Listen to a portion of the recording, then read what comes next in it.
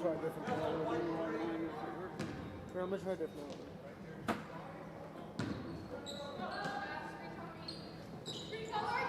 Is it working?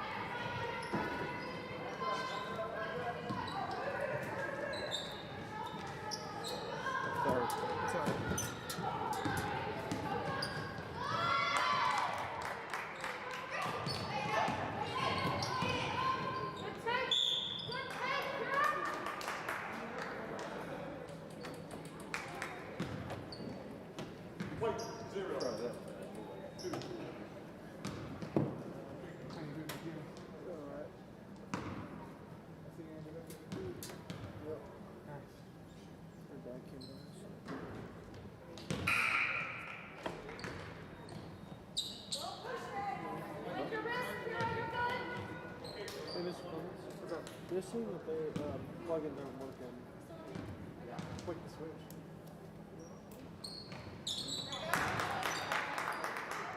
Is it working now? I think we turned off.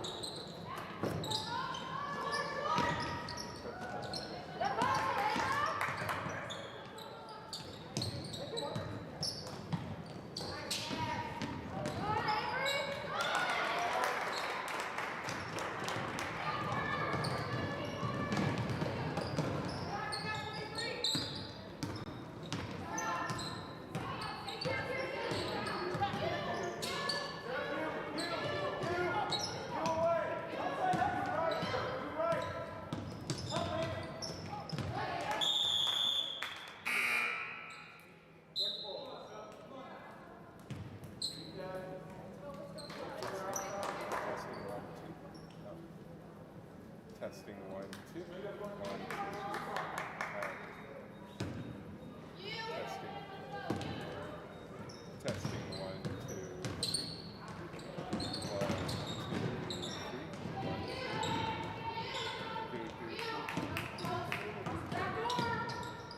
Testing 1, 2, 3. 1, 2, 3.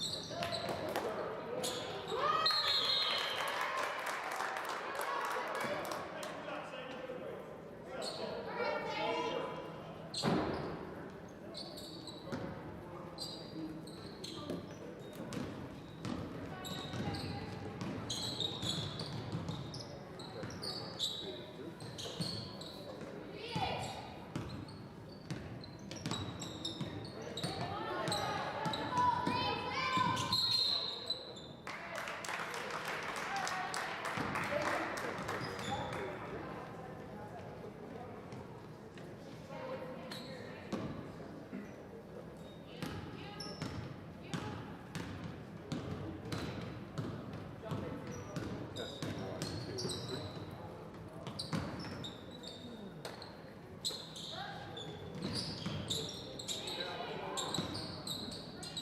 Testing 1, 2, 3.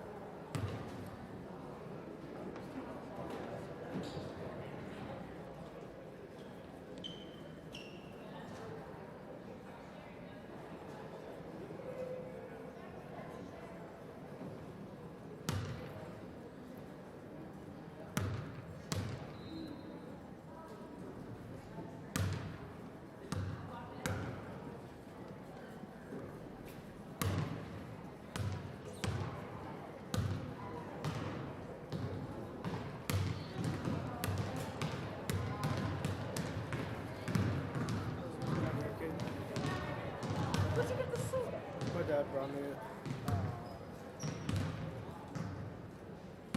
It'll be over there.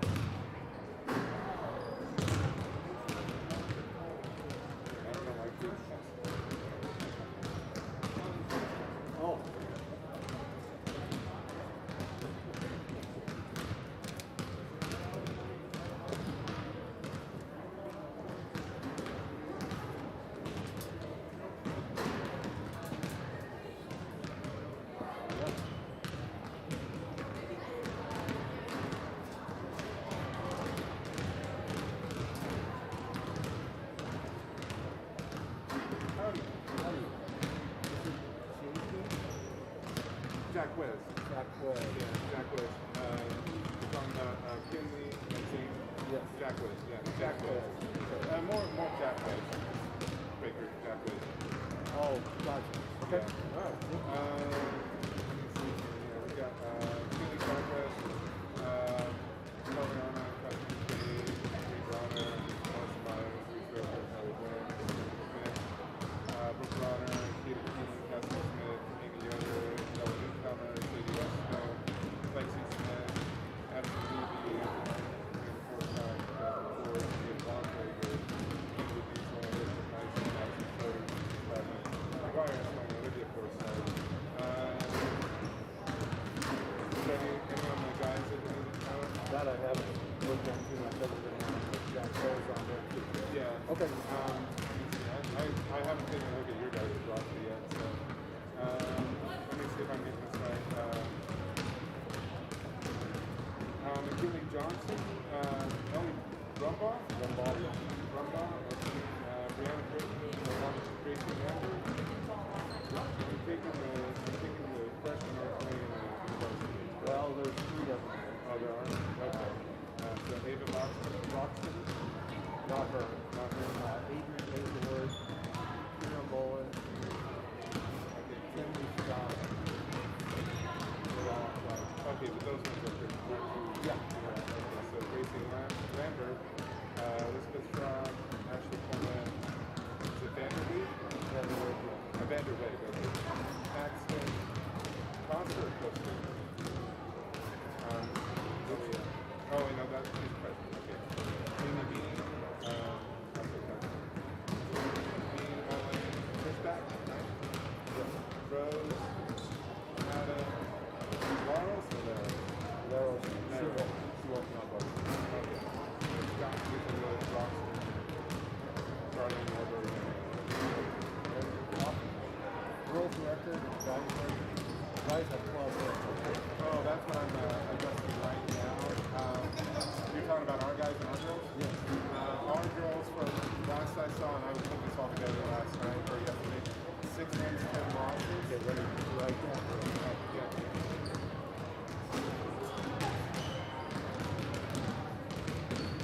And it was like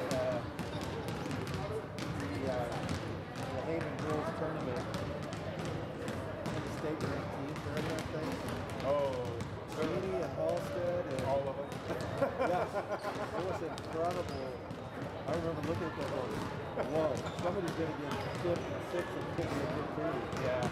Oh, we had fun. We had fun on streaming those games.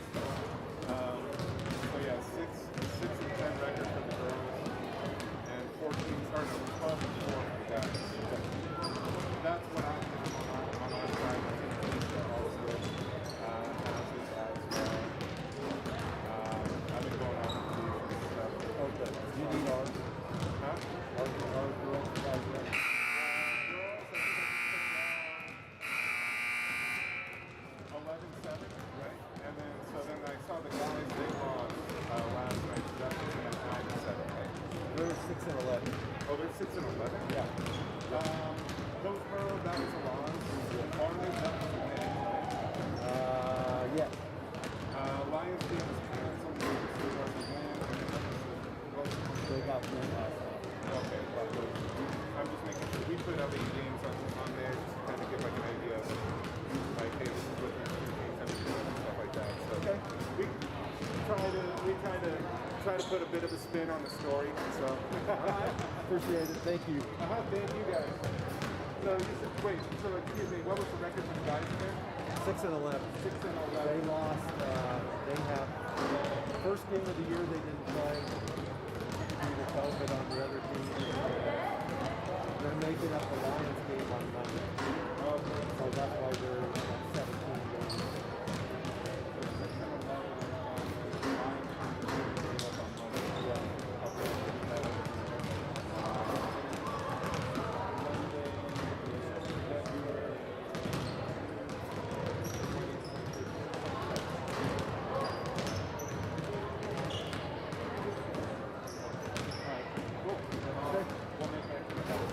Alrighty, thank you. Appreciate it.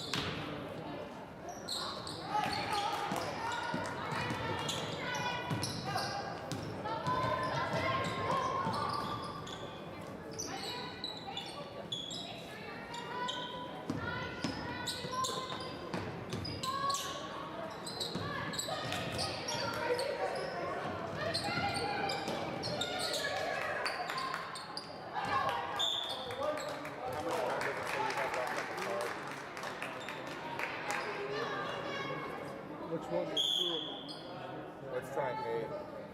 A. They're 9 numbered. Huh? They're numbered. What? 2 hours and 58 minutes left. Okay, what about on the other card? 1 hour and 23 minutes left. So one of them has 2 hours? Yeah.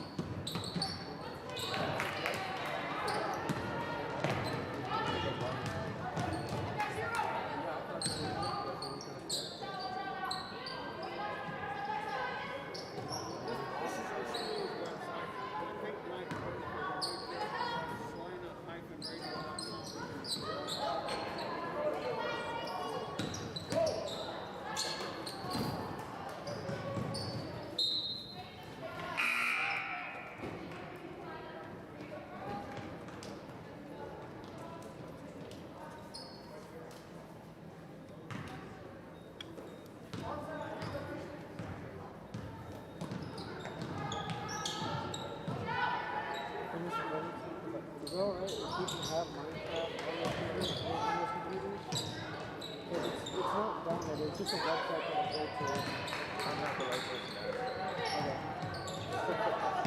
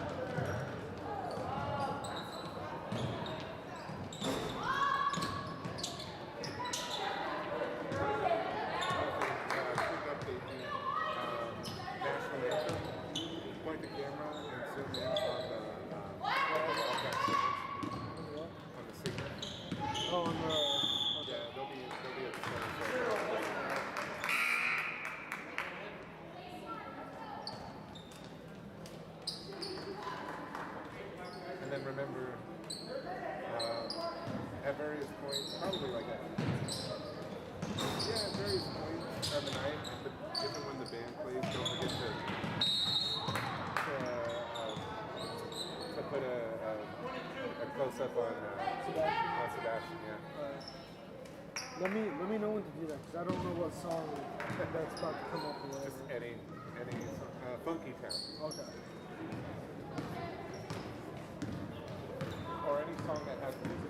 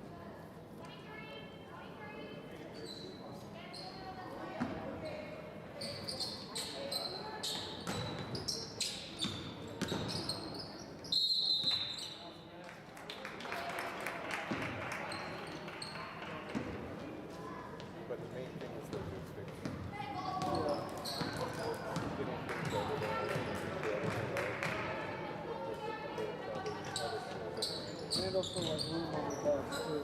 Huh? There's room on the bus too. Well, we would probably have to go. But, yeah.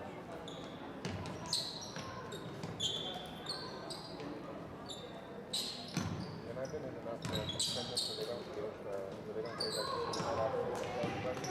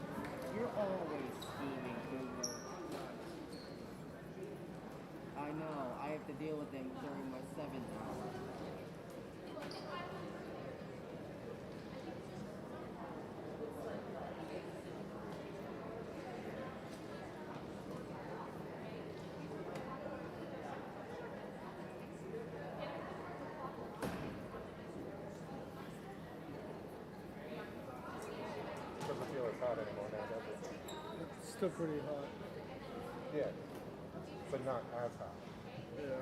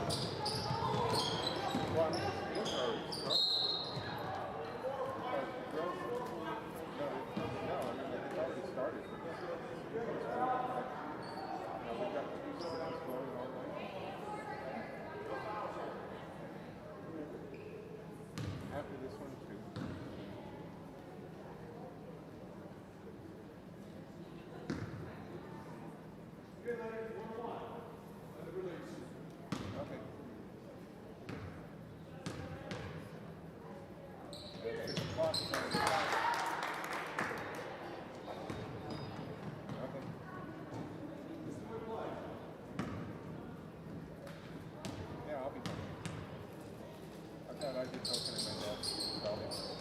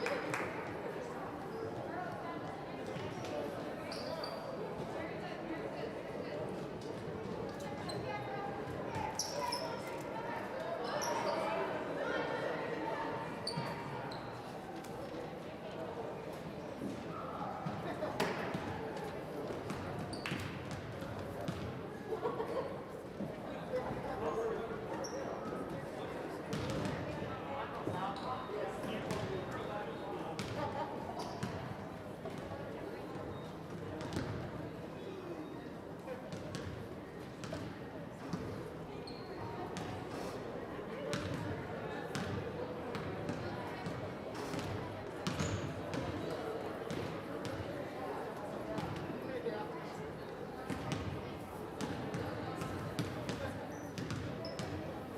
Put it on this Katie's doing.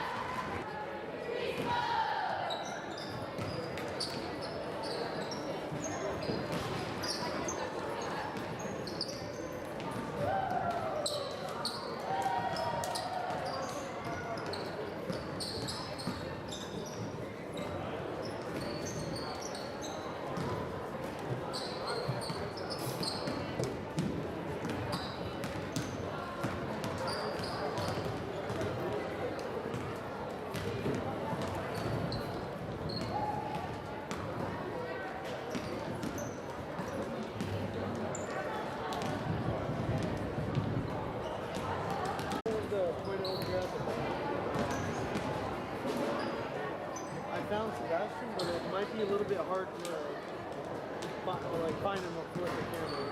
We'll probably do it during half next week.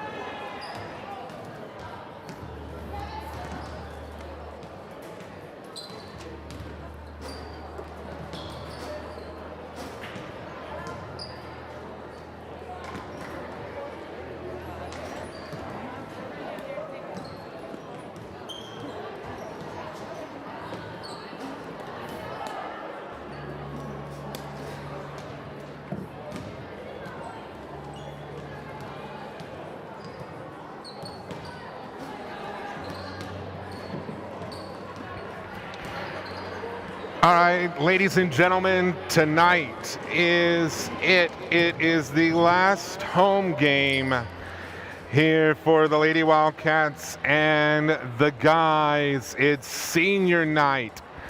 And tonight we've got something special for you as well. It is our regional rivals, the Smoky Valley Vikings. They come into town. It's going to be a night of emotion, a night of remembrance. And it's going to be quite possibly, it could be our penultimate night of live streaming. It could be our last night of live streaming, just because this is the last home game. It's right here. It's all live. I'm live right now. I'm with you guys. We've got a full night ahead of us.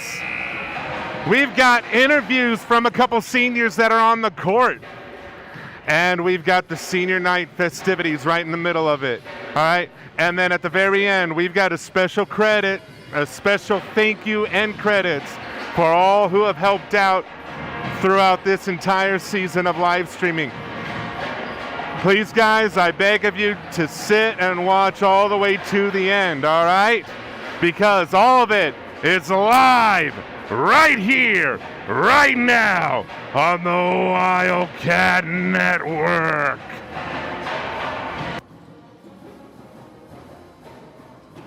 The following live stream is a special presentation of the Wildcat Network, Wildcat Broadcasting Club, and USD 312.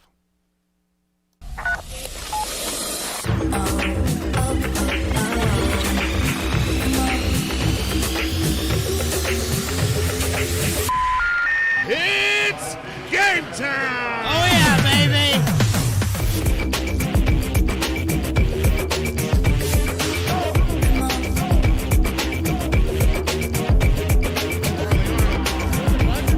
Hey, she hit the buzzer meter! And what was that? From way downtown!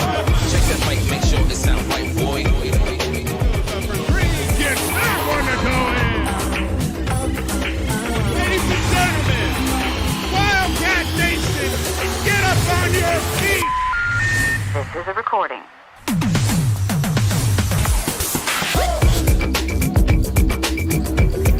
And welcome to Haven High School, home of the Roaring Wildcats.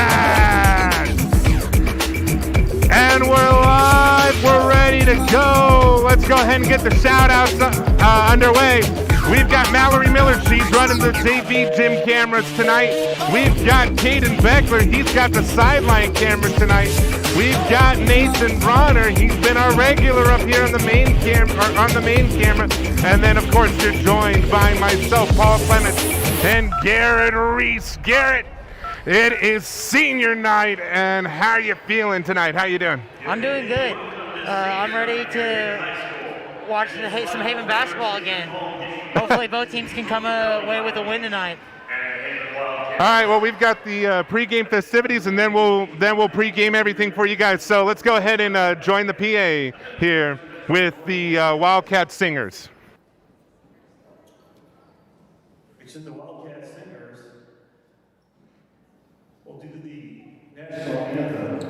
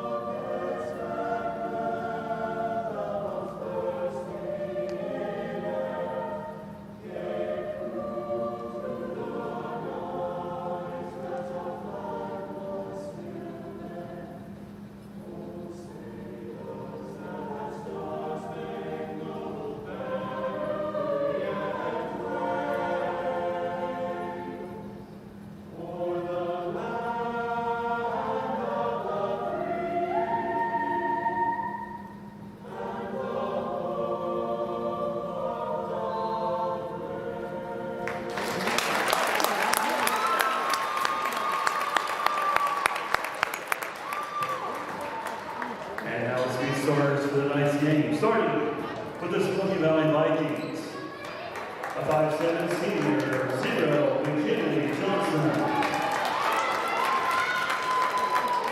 A 5'3" senior, number 1, Ellie Dunbar. A 5'6" senior, number 11, Carrington Haston.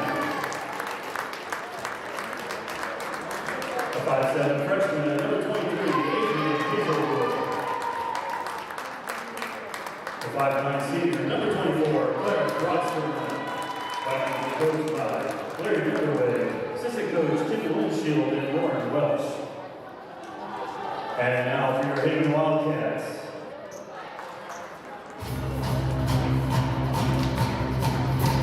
A 5'4" senior, number 1, Carly Arnold.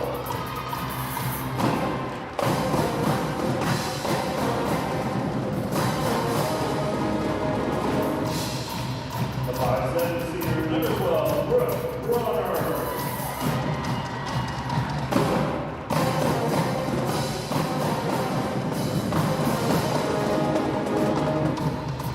And a 5'8" senior, number 20, Cassidy Smith.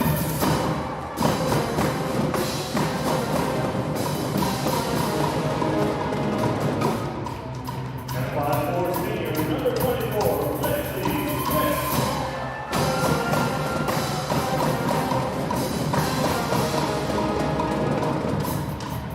a 5'11" senior, number 42, McGuire Festival.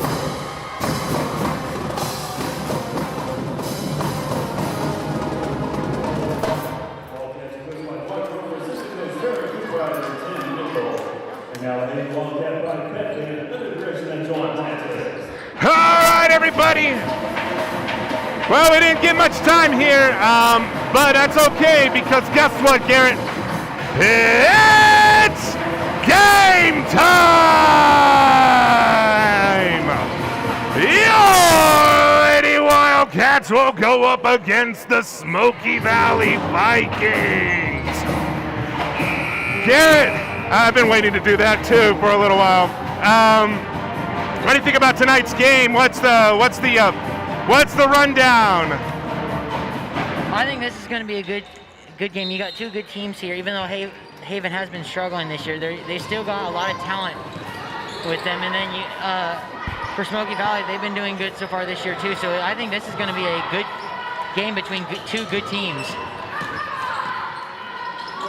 And the first shot is a miss there by number 23. Number 11 will go up for the three, and she misses on the front there, on the front of the rim. It's all seniors tonight. I had the day off yesterday, so I didn't get the chance to be able to make the graphic here. But it is all seniors tonight. So we've got number 1, Carly Arnold. Number 12, Brooke Bronner. Number 20, Cassidy Smith. Number 24, Lexi Smith. And then number 42, McGuire Estel. Foul called on the floor there. So, yeah, I mean, senior night, and this is the night of quite a bit of emotions. Probably next to homecoming, this is probably one of the bigger nights, you know, in basketball. Wouldn't you say so, Garrett? Yeah, senior night and homecoming are two big nights for basketball, and especially senior night because all these seniors are playing their last game on their home court, and so there's going to be a lot of emotion tonight for both the guys and the girls.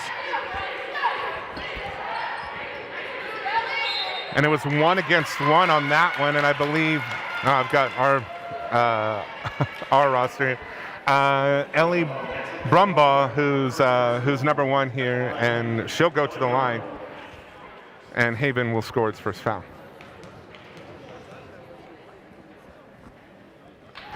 That first basket was a make for Brumbaugh.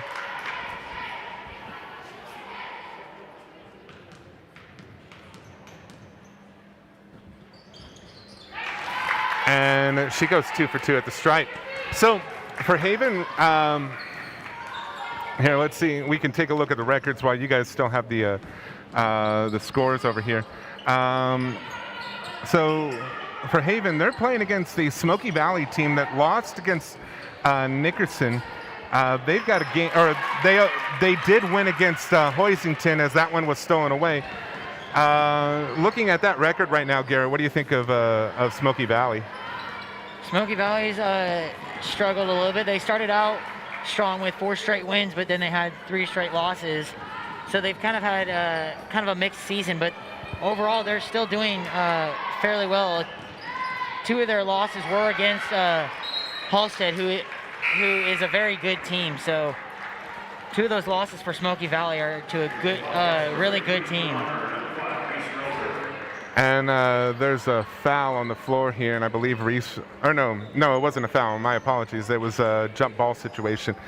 Now we're looking at our record here, the Lady Cats here, and they took the win against Lions back on Friday. Of course, the game against Pratt, that's rescheduled. That's for tomorrow due to weather. That's a miss there. So, well, here, we'll pause it here. Carly Arnold on the fast break. Well, one-on-one misses on the shot there. It is recovered by McKinley Johnson. So looking at the Lady Cats here, you know, what do they have to do tonight to get the W? They have to solve their turnover problem. Their last few games, they've struggled with turnovers, and that has led to their opponents having fast break opportunities and easy points. So that's one thing. Another thing is rebounding. They've got to box out on the defensive end. They can't allow Smoky Valley to grab a bunch of offensive rebounds and put them back up for second and third chance points. And it looks like a foul. Yes, a foul is called on the floor there.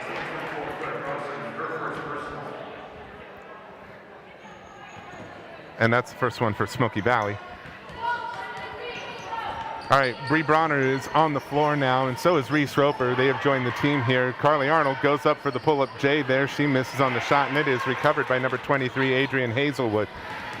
The Vikings, or the Lady Vikings, they have it here, and it is number 11. Ooh, that is just blocked away by Reese Roper, but the Vikings did recover it. They get it back, or they didn't get it back. It was picked up by Brooke Bronner. Jump ball situation, though. The possession arrow points in Haven's favor, so they will continue to have the ball.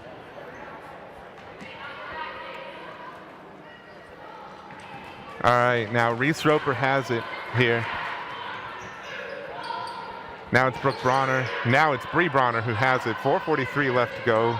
4:40 now, and a travel called there. And that's one of the turnovers that you said that they have to look after, or that they have to look for. Correct, Garrett? Yeah, you can't have those mistakes there. Bree just went up to pass it, but the ball didn't come out of her hands, and that unfortunately was a turnover for Haven.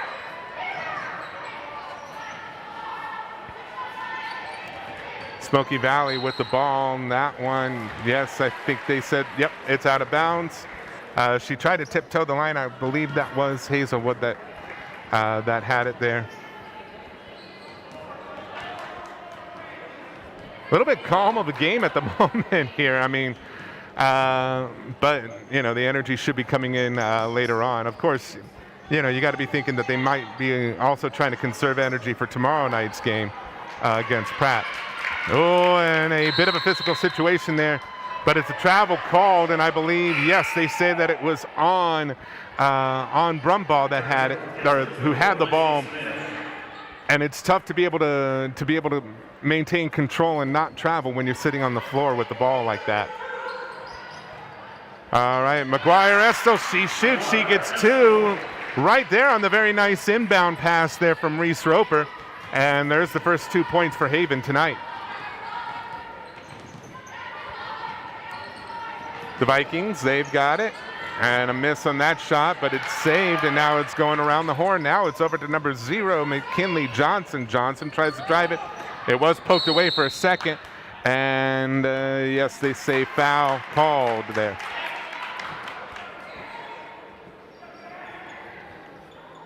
Wildcats, number 42, McGuire Estel, her first personal, 17th foul. And a quick three-pointer on that one for Smoky Valley, and that one was on Adrian Hazelwood. Reese Roper, she tries to drive around a few, but she missed, or they poked it out of her hand. She got it back, and then she lost it. Now it is picked up, and now Hazelwood has it. She passes it. Now it's over to 23. She just gets the three-pointer to fall in. And sorry, 23 is Hazelwood. Number 1 is Brumbaugh.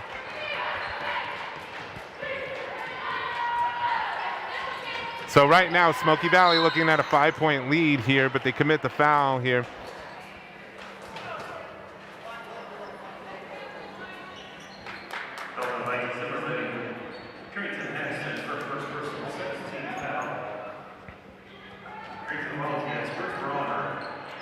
Now Bree Bronner, she'll inbound it. She gives it over to Brooke, and now it's Reese Roper who has it.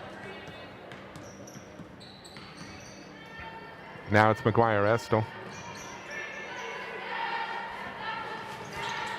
Reese Roper for 3, and a miss on the shot there.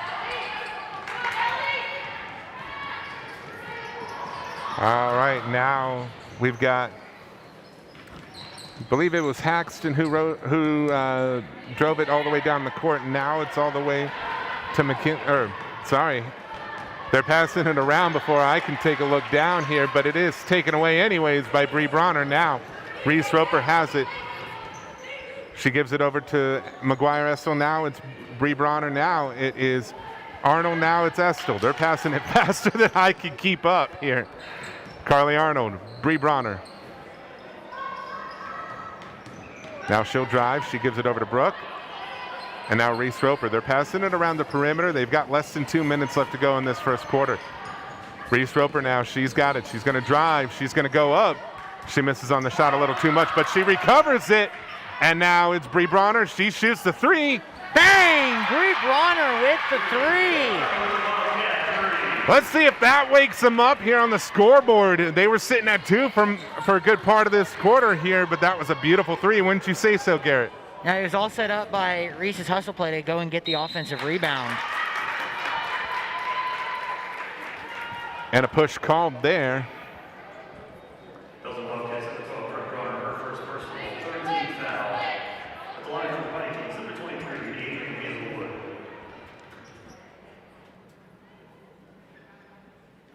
And Adrian Hazelwood sinks the first of 2. It was a shooting foul committed by Brooke Bronner.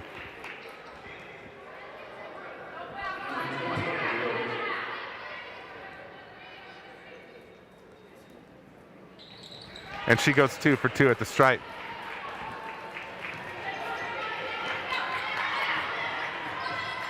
Carly Arnold now, and she is directing traffic at the moment. Now Bree Bronner. Oh, and that bounces in. It gets right back in the hands of Bree Bronner, but she passes it out, and now it's Reese Roper. Now it's back to Bree, and now it's Carly Arnold. Reese Roper thought about the 3. She goes for it anyways. Misses on the shot, though. Recovered by Carly Arnold. And now it's back to reset with Reese. Less than a minute left to go in this first quarter. Bree Bronner misses on the 3-pointer. Oh, but they get to keep it again, though, and now it's Bree. She's got it. Now it's Carly Arnold on the reset. 43 seconds. 40 seconds left to go in this first quarter. Reese Roper. And they're going to hold it for a little bit.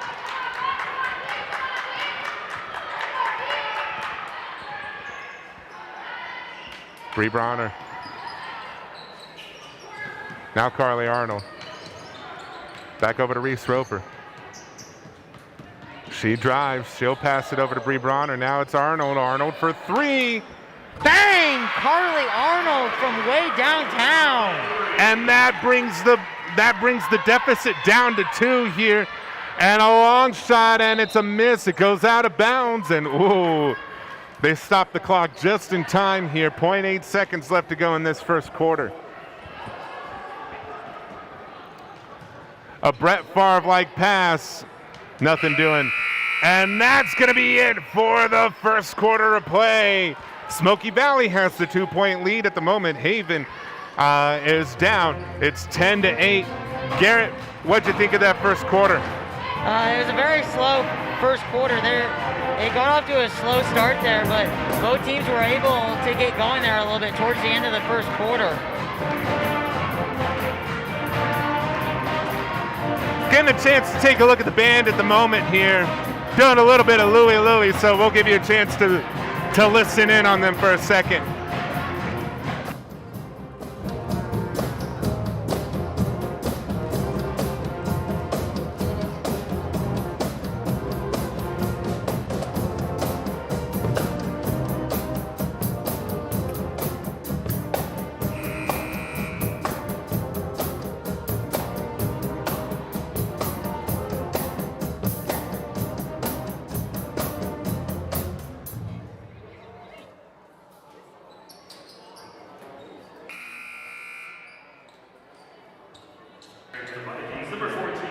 All right, we're back here. And yeah, that was a pretty slow quarter of play here. Low scoring. You know, but it's still a close game at this moment. I mean, we're looking at a team on the top half of the sub-state bracket and a team on the bottom, or that's the two teams that are in the middle of the sub-state bracket. Let's just say that. All right, so turnover there committed by Smoky Valley, and now the Wildcats have it. So it's senior night. It's the last guaranteed home game for our Wildcats and Lady Wildcats. Carly Arnold has it. So that means there is no guarantee of another live stream from us for the rest of the season. If we do have it, it'll be sub-state. But be paying attention on the bulletin and on Facebook for that. The guys and girls, though, they're not done. They've got 3 more games after tonight. Pratt tomorrow and Reese Roper for the 3. Bang! Reese Roper with the 3, and that gives Haven a 1-point lead. And the Lady Wildcats show that they've got some strength in them right now. This will be a good preview for the game against Pratt. Stolen away. Well, I'll just stop with my preview here. Carly Arnold, one-on-one. Up, miss on the shot, though. Oh, and a trip, and that goes out of bounds. It will be Haven's basketball since that was last touched by... Oh, I've got 2 14s here, so it's either Jamie Bean or Kiara Mullen. I think it's Mullen, if I remember correctly from talking to some of the Smoky Valley people before the game. That one goes out of bounds, last touched by, I believe, McGuire Estel. But yeah, the guys and the girls, they've got 3 more games after this, and they're all away. And they're going to be some tough ones here. Pratt is going to be tomorrow, and I believe on the bulletin and on Facebook there are links for that. So yeah, the varsity girls and the JV boys will play at 1 o'clock tomorrow, and the varsity boys and the JV girls will play at 2:30 tomorrow. Reese Roper, and she gets called for the travel there. She thought that she drew the foul, but they saw it different. Timeout called.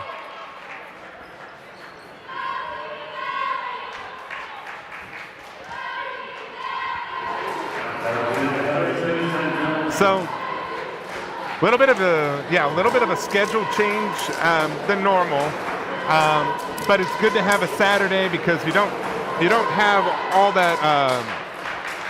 You're not missing a whole bunch of school. So, what do you think that's going to do? Just that kind of a time change for both the guys and the girls.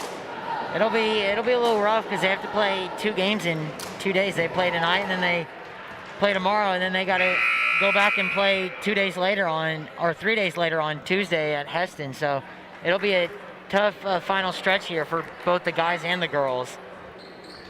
Now, we're not the only ones that have that kind of stretch. I mean, due to the snow and all that, due to the big freeze here, we've been lucky up here up north, and by up north I mean north of Oklahoma. Down in Texas, they've been having it pretty rough, but still, we've had a few cancellations. A lot of games were canceled on Tuesday, and so you got to figure out when to be able to play them. But Smoky Valley, they also have a rescheduled as well. they had a game with Lions, as that is a three-pointer that's a miss there. They have a game with Lions that they have to play on Monday. That three-pointer is also a miss. And McGuire Estill gets caught in a jump ball situation. Haven will retain possession, or will not retain possession. They will have possession as the possession arrow points in their way.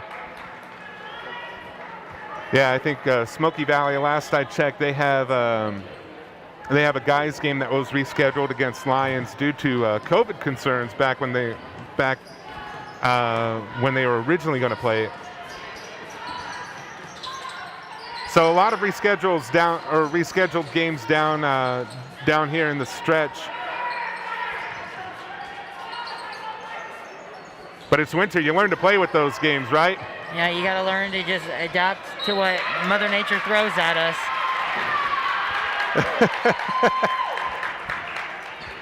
All right, 5:20 left to go in this first half, in this opening half.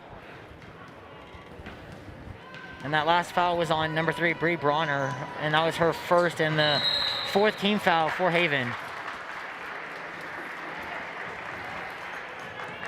And an over-under, or I believe cup ball, whatever you want to call it. Turnover is the proper name, I think, for it. But a turnover by the Vikings there. So now the Wildcats, they have it. Passing it around, Carly Arnold, she's got it now. Now it's over to Reese Roper, and now it's Bree Bronner for the 3. Ooh, and a miss on that one. It went off the back. All right, there's a fast break here. And that one rolls out as it was Ellie Brumbaugh who had it. Now Haven on their own fast break.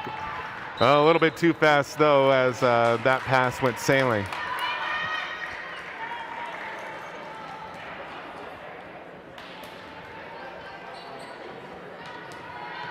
And both teams right now are struggling with turnovers and missed shots. Neither team can really find their rhythm offensively right now. Oh, and a block, but that one stays in the hands, though, of McKinley Johnson.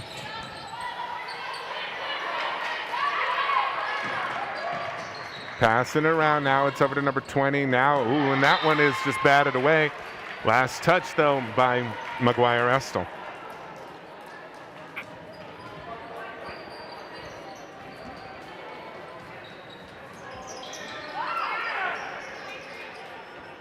Brumbaugh now over to number 0, Johnson.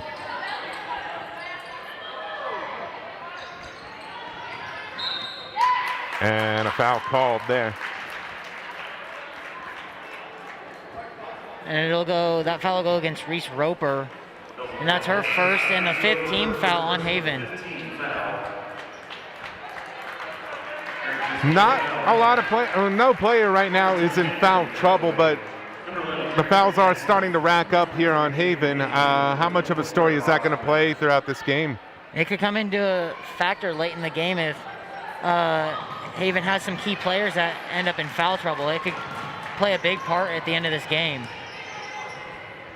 Bree Bronner, she goes up, she gets that 2 to fall in, and that will extend the lead now. 3 points separate the two teams. And Bree Bronner's just all over her person here. But Smoky Valley, they continue to have it, and that's just blocked away. McGuire Estill with the defensive play, but Smoky Valley still has it. And that's going up for 3, and that will tie the ball game there. And that one was Avery Vanderweeg. So we're back to a tie ball game here. Well, we didn't really have a tie ball game until when it was last a tie ball game. It was zeros on the board, but we're at it now. 3 minutes left to go in this half. Reese Roper has it. She'll pass it over to Brooke Bronner. Now it's still Brooke Bronner. Carly Arnold has it now. She drives. Bree Bronner for the 2, and it bounces away. And that's picked up by Hazelwood, and Hazelwood's trying to drive it. Now it's over to number 20, Rose, and that one is a foul.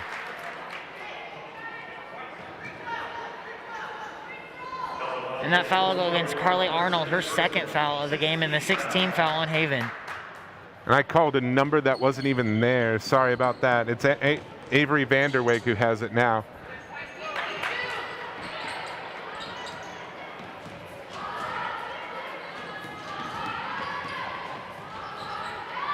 And that's a three-pointer there. That's a miss, and it is picked up by Reese Roper. Quick reminder, we know how Reese can be. She scored 28 in the second round of the Wildcat Classic. Miss on the shot by Bree Bronner. And there's a foul, and that will send McGuire Estel to the line. And that foul was on number 23, Adrienne Hazelwood. And that's her first and Smoky Valley's third team foul of the half. Oh, and that one bounces away. And number 0, Kinley Jackwis will check into the game for Carly Arnold.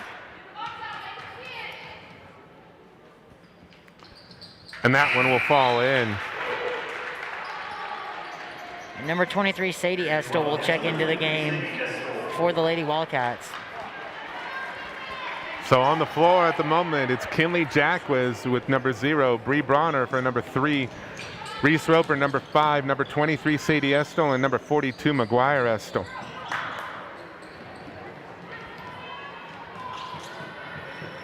Now it's passed around, and oh, that's a block, and there we go. And now the Wildcats, they get into a jump ball situation, but it is going to continue to be Smoky Valley's basketball. They've got the possession arrow pointing in their way.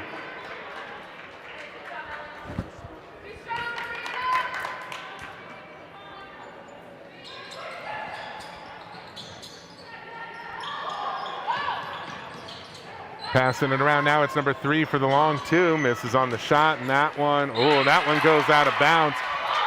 And they said that it was last touch by number 23, Adrienne Hazelwood. I'd have to agree with that because I think officially Bree Bronner was not inbounds to let that one go out of bounds off of her. Reese Roper has it. Now it's over to Kinley Jackwis. Now McGuire Estel now over to Bree Bronner. Thought about the 3, thinks twice, loses it. That one goes out of bounds, and they say she was the last one to touch it, so it'll be the Vikings ball. 1-point ball game. It's 14-13. About a little less than a minute and a half left to go in this opening half.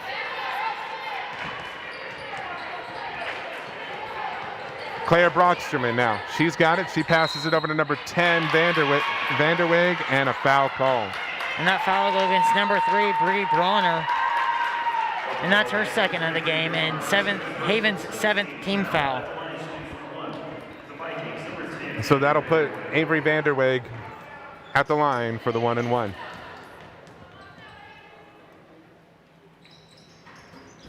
And the first attempt was a miss. It was recovered by McGuire Estel. She'll be up here later tonight, doing senior interviews up here, so don't miss out on that.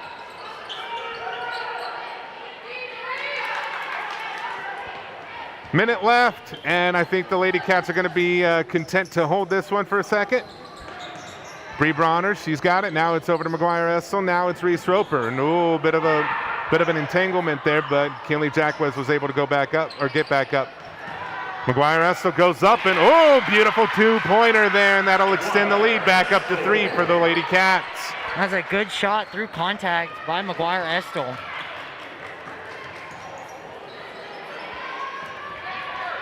The Vikings, they're only down by 1 possession at the moment. 23 seconds left to go here, and a foul called there. And I believe that one's on the Lady Vikings. And that foul was on number 3, Brianna Pretty. That was her first and the 4th team foul for Smoky Valley. 15 seconds left to go. Let's see if the Wildcats can extend the lead before halftime. Reese Roper, she's got it. 7 seconds. Bree Bronner, long 3. miss on the And shot. she is fouled on the three-point attempt. And if you're Smoky Valley, that's something you didn't want to do. And that'll send Bree Bronner to the line for three free throws.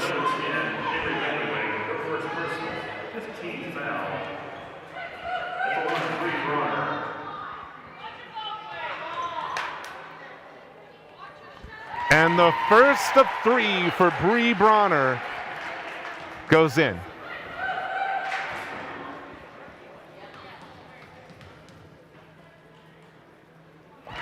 She goes 2 for 2 so far. One more.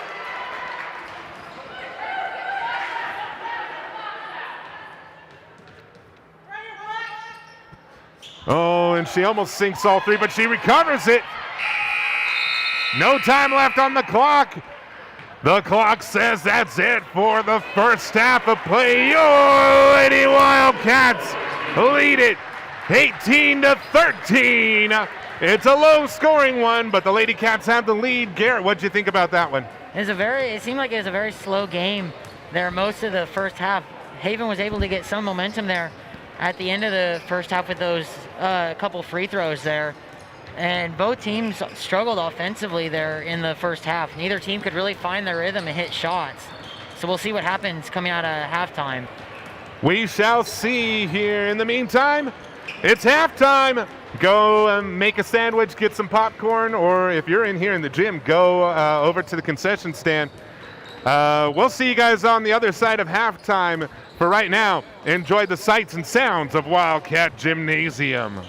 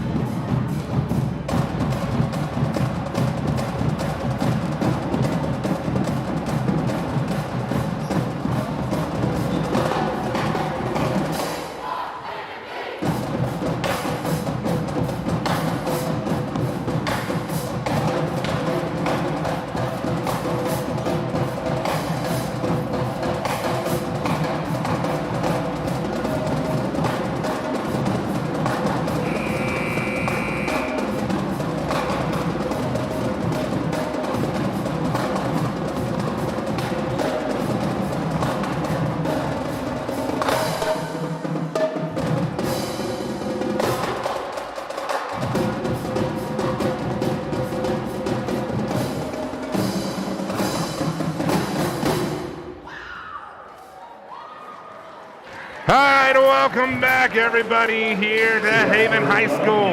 And we're getting ready for the third quarter. And right now, joining us up in the gantry, we've got Hunter Barlow. Hunter, how you doing? Good, how are you? I'm doing all right over here. So tonight's senior night. It's the last home game, or the last guaranteed home game for both the guys and the girls. That's got to be an emotional night, seeing how you are one of the seniors here tonight. Yeah, I didn't even process it till lunch today. And now me and the guys were talking, and we're going to miss it and everything we do. So. And, you know, you guys have been a big part of Haven High School basketball in the last 4 years here, including this year. I mean, of course, last year was a historic year. You guys won sub-state. We're right in front of that, banner over here. But first sub-state win in, well, since 1988. You know, I mean, like, that's one of the memories that kind of stick out to us. What are some of the memories that stick out to you, Hunter? Definitely winning sub-state. I mean, that was fun. But the memories that we got, I mean, we all grew up together, so playing every game is just like playing pickup ball, and we just love playing together, and that's a really fun memory. So.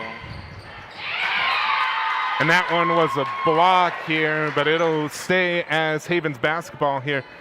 Reese Roper will inbound it over here.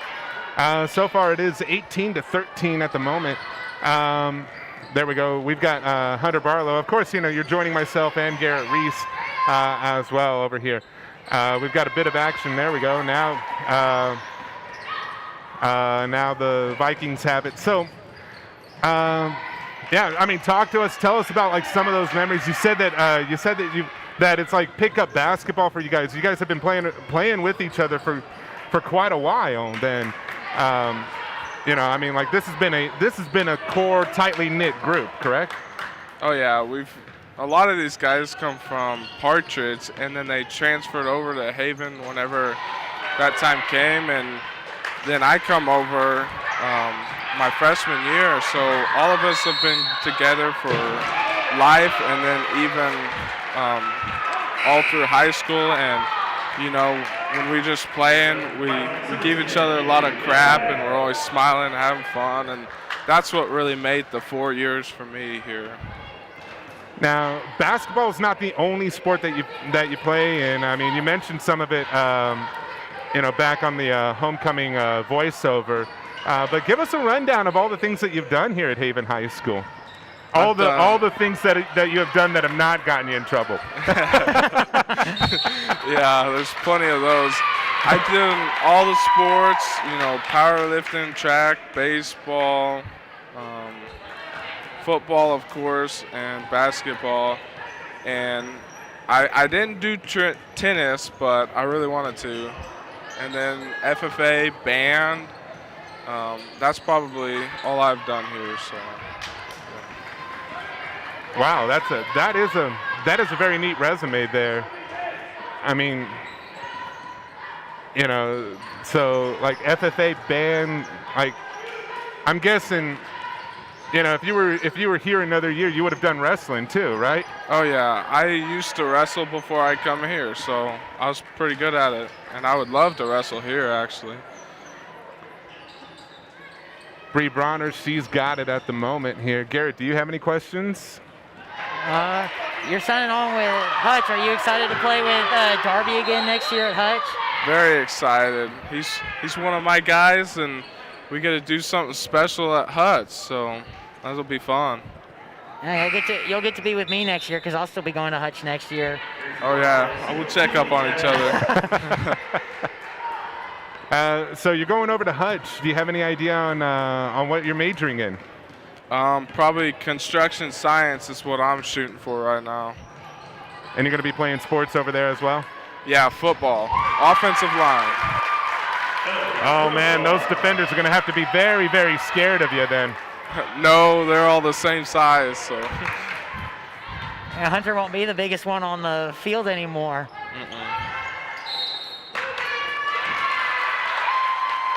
Now you guys have a few more games after tonight. You know, we've been talking about it up here. You got Pratt tomorrow, and then I believe Heston on Tuesday, and then you've got another game on Friday. All of it is away here before Sub-State. Any matchups that you're eyeing up here for this next week? Pretty much everyone. We try not to look over them. Heston's been ranked, so they're the one on our radar pretty much, but all of them, yeah. And that's that short jumper there, that was a miss. It's still 18-16 at the moment here with Haven leading. Let's see here. So now, what spring sport are you doing here in the fourth quarter, or are you gonna be competing in any sport? I'm gonna try and double sport, do track and baseball at the same time, and maybe powerlifting if we do that. So. Oh man, that's gonna be tough on the schedule then. Definitely gonna keep him busy. Yep. Oh well, you got to make sure that that you keep those grades up, definitely. Then. All right. Well, we've got about 3.5 or less than 4. Sorry, not 3.5. I can't count. I need to go into Matthias's class myself. No, you don't. No. All right. And that one's a make here for number 10, Avery Vanderweg. What are you thinking about this game so far here, Hunter? The girls team, or? Yeah. Yeah. I think we're playing really hard and we're coming around. I'll tell you that. McGuire got fouled there. And what do you think? Can you preview a little bit of tonight's game for you guys? They're a solid team all around. They run a lot of different defensive schemes, and so we're going to have to be really good offensively tonight, not turn the ball over, and we should be pretty good. Any shout-outs or anything that you have? Just thank you to the friends and families watching me. I think the Unruhs might be watching tonight. Little shout-out there, and thanks, everybody. All right. We've got, and thank you once again for jumping up here. You can stay up here and call the rest of this game if you want with us. I don't know. Everyone's probably annoyed with me by now. So. Nah, not at all. Not at all. It's we have a good time up here. Reese Roper, she almost made that time a little bit better there. That one went out of bounds though, or not out of bounds. That went away from the rim. I've got my glasses on. I still can't see. Yeah. All right, passing it around here, Smoky Valley, and it's Brumbaugh who had it. And that one goes away, but they still keep the ball, though. So, right now it is 20-18, 2.5 left to go in this third quarter here. You're up here with us, myself, Paul Clements, Garrett Reese, and our special guest, Hunter Barlow. So, Hunter, you're going to Hutch next year. That's community college. Do you have any plans for after the community college, or? I'm going to see what offers come in. I know that K-State's construction science goes hand in hand with Hutch's, so we'll see what goes on there. Hopefully I can get on that team, and so that'll be fun. And that pass goes away from the Wildcats there. 2-point ball game. Hunter, if you do end up going to K-State, you might end up with me as your football manager again, because that's what I'm planning to do in a couple of years, is go up there to manage football. That'll be awesome. So if you go up there and play football at K-State, you'll probably be with me again. Got some friendly faces up there, huh? And the wonderful, wonderful area of Manhattan, very green when there's not snow on the ground. How have you been pulling through this big freeze this year? It's been very, very cold out here. I think it's been warmer in my freezer box than outside. Yep. Yeah. I hate the cold, so it's rough on me, but breaking a lot of ice.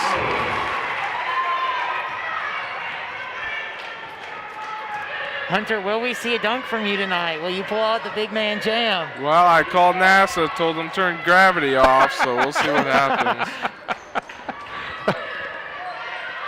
I'm glad that they picked up. They've been pretty busy with the rover for Mars, haven't they? Yeah, I heard about that. That's cool.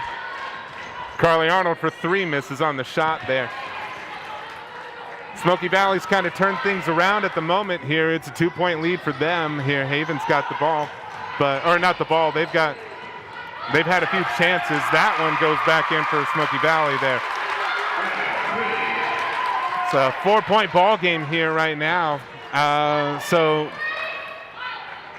Hunter, I'm going to ask what I usually ask Garrett at this point in the ball game here. What do the Lady Cats have to do right now to be able to secure a victory? They can't waste their offensive possessions because we're down, so we gotta be efficient on offense, make our buckets count, and get some defensive stops.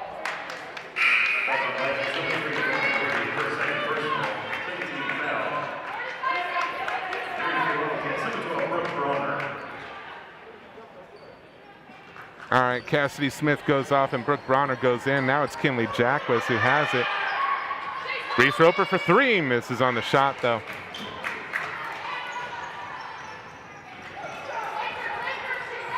"30 seconds left to go here. It's senior night once again here. I'm making Hunter sad over here, telling him that it's senior night. He shakes his head. He's like, "No, we're good." Hopefully we do get another game for Sub-State. We get to host another game. That's right. And you got to be looking forward to that one because, there's a chance that you guys would be going back to Heston as well on that one. Yep. It's going to be a little different with Sub-State at Heston this year instead of Halstead like it normally is, because the past couple of years we've had a lot of success at Halstead. Oh, yeah, for sure.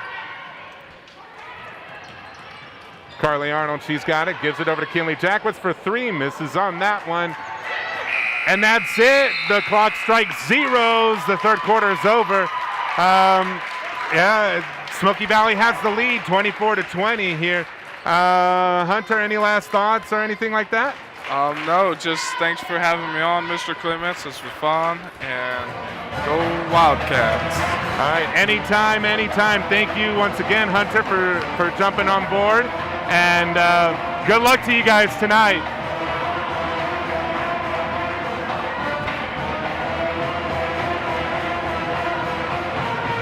So that one was a little bit close here between the two teams. Garrett, what do you think of that third quarter? It was a more fast-paced quarter than the first half was. Both teams were able to find their shot, find their rhythm offensively a little bit more than they were able to in the first half. But Haven still got to limit their turnovers, and because they're starting to lead to more Smoky Valley fast break points and easy layups for Smoky Valley.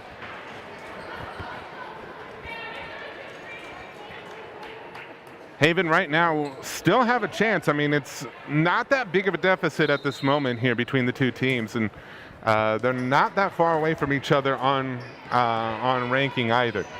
So anything's possible here. All right, that was number 23, Adrian Hazelwood, who got that bucket to go in here, and it is the fourth quarter. So it's now a 6-point ball game. Still 2 possessions between the two teams here. Yeah, it's senior night. Later on tonight, we'll have McGuire Esto up here. She'll be up here during halftime of the guys' game. We'll also have Dr. Moore up here as well in between games for the senior night festivities. All right. Smoky Valley, they've got it.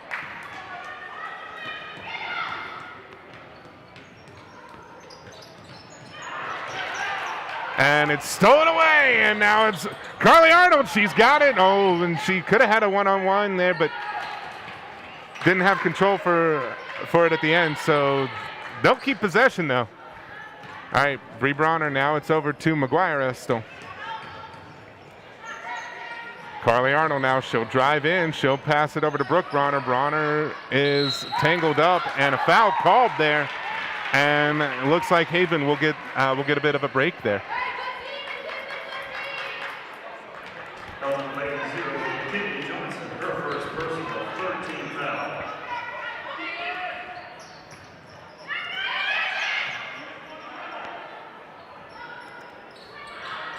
There we go. Third foul for the Vikings.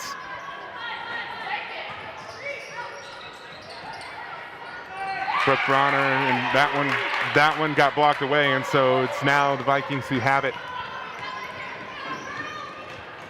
That was pretty fun having Hunter up here, wasn't it, Garrett? It was fun having a a senior up here for senior night. And you guys will be teaming up over in Hutchinson. So, as a guy who went from Abilene to Emporia at a time where nobody went from Abilene to Emporia, I got to tell you, when you do get a friendly face, it feels nice. It does. In my choir class at HCC, I have like 6 or 7 friends from here and from church that are in my choir class at HCC. So it's nice to see some faces that I recognize.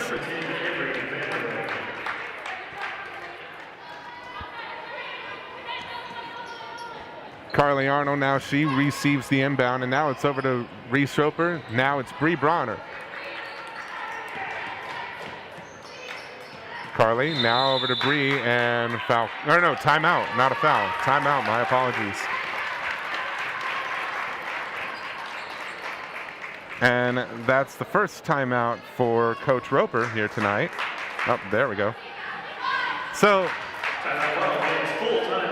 if you are Coach Roper, what are you using this timeout for? He's probably trying to draw up a play so they can get the ball close to the basket and hopefully get it in so they can cut into this Smoky Valley deficit and hopefully come back and win this game. Bit of a chance to take a look at what the cheerleaders were doing there. Yeah, the gymnasium getting a little more full right now here. That's got to mean one thing. We're probably getting towards the end of this pandemic. I don't know. I'm not a professional in all of this, so.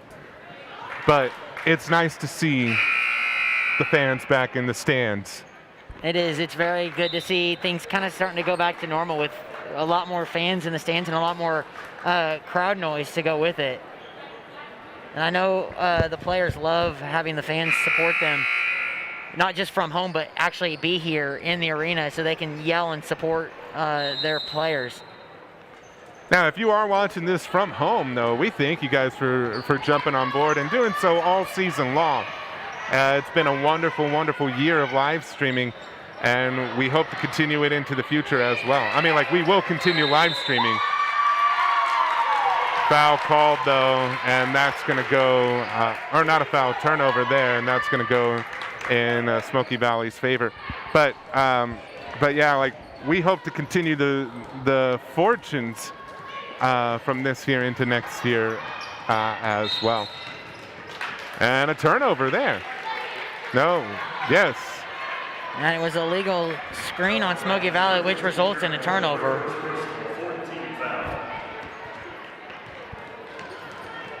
Carly Arnold, she's got it. Now it's over to Reese Roper. Now it's to Bree Bronner. Reese Roper.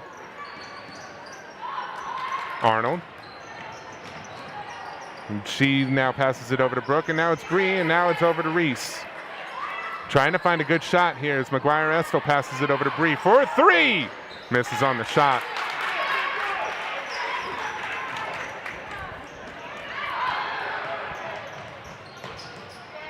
And that one's a 3-pointer, and that's a miss on that one, but it is picked up again, though. And now their number 3 there. That's a miss on that shot.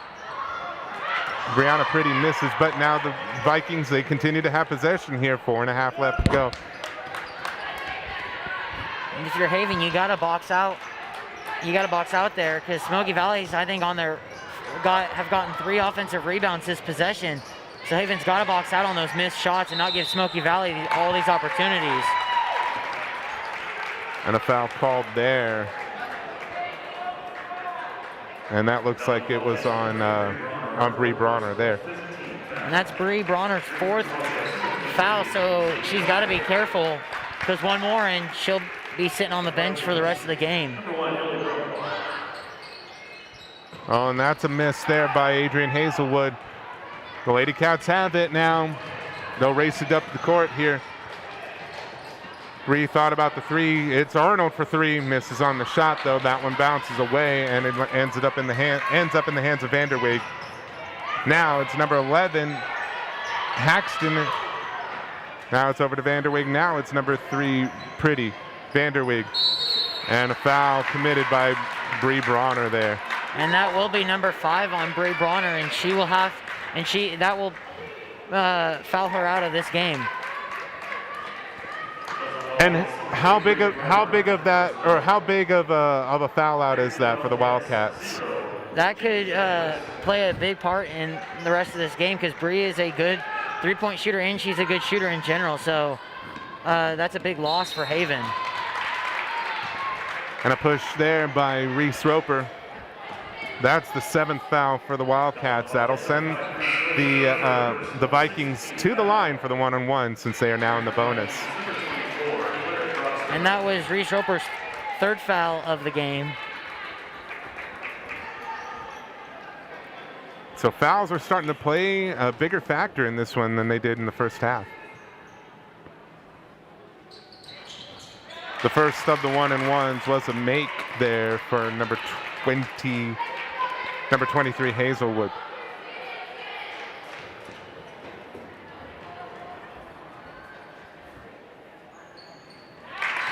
She goes 2 for 2 at the stripe, and now it's a timeout that's called, and it's a full timeout by Smoky Valley. So the Lady Cats, they're finding themselves in a bit of a deficit here. It's 8 points that separate the two.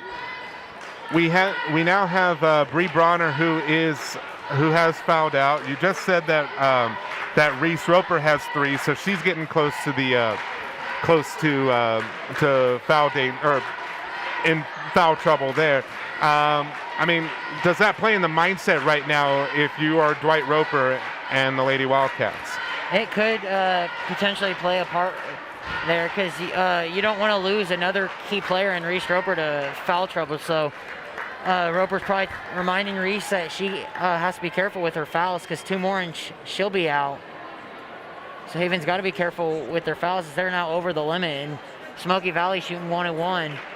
And Haven can't really afford to send Smoky Valley into the double bonus. So they got to watch out for their fouls so they don't push Smoky Valley into that double bonus. Got to play smart here in these this last 3 minutes and 40 seconds. Reese Roper, she's got it now, and she's had a bit of a struggle tonight on the score or on the board here. She's only got 3 points to her name. She'll shoot a long 3, and that's a miss. Oh man, that was close though. Now the Vikings, they have it. It's Hazelwood. Now it's over to 24, Brocksterman. Now it's Hazelwood. Oh, and Carly Arnold just stole that one away. She sends it over to Reese Roper. Reese goes up, blocked on the shot there. And now it's a 2-on-1 situation here. And that one rolls out, but it's still Vikings basketball, but the defense then just piled up into the center there, and so now it's a reset. Hazelwood, now she drives, she passes. Oh, and that one's blocked, and that one goes out of bounds. Last touch by Reese Roper.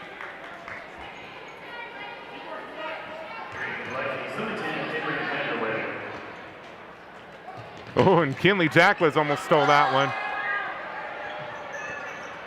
It's number 11 now, Carrington Haxton. Now it's Hazelwood. She drives, she passes out. Now it's back over to Haxton. Now it's Brocksterman. Now we're back over to number 10, Vanderweg. Hazelwood, and a wrap up there by Reese Roper.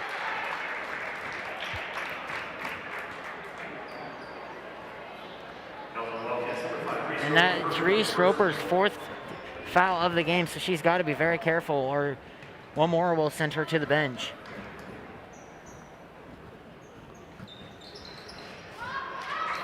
And that was a miss there. Now the Wildcats, they have it. Carly Arnold, she drives, she'll go up, misses on the pull-up. However, the defense playing tough there, and that makes Smoky Valley use up their 3rd timeout. So, still 8 points separating these two teams. It's been a bit of a dry spell here for the moment, but yeah, I mean, you got to imagine though, if you got a foul, you can't have Reese Roper foul. Yeah, you can't have Reese foul because one more and she'll go to the bench. And if Haven wants any chance to try to come back into this game, they can't lose one of their best players to foul trouble. At this moment, if you're Smoky Valley, what are you telling your players? Just to pass the ball around. They don't necessarily need to score. They just are looking to hopefully just run some clock out, so that'll limit Haven's chances of coming back into and winning this game. Smoky Valley, they have it now. It's Vanderweg. Now it's Hazelwood, and she goes the long pass there, but they did not take advantage of the shot there. Vanderweg. And the whistle blows, and I think a foul was called. Yes, I believe so. And that foul will go against Kinley Jacquez, her 2nd of the game, and the 9th team foul for Haven. So one more after this one will put the Lady Vikings into the double bonus. That's a miss, though. Picked up, though, by Brocksterman. Now they pass it around, and yeah, they've got a foul there here. Less than 2 minutes left to go. Carly Arnold had to go in.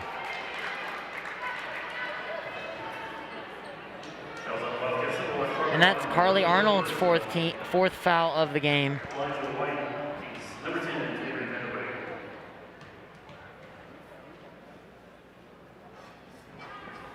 And Vanderweg misses on that free throw attempt.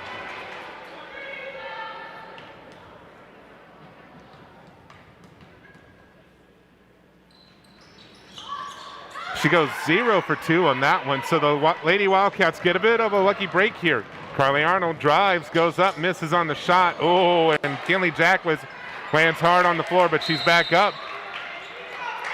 The shot by Sadie Estill was a miss, though, and a jump ball situation. No, not a jump ball situation. They called a foul. And that'll be on Carly Arnold, and she will foul out of this game. And if you're Carly Arnold, this is tough because you just fouled out on senior night, and it's hard. That's going to be hard on Carly.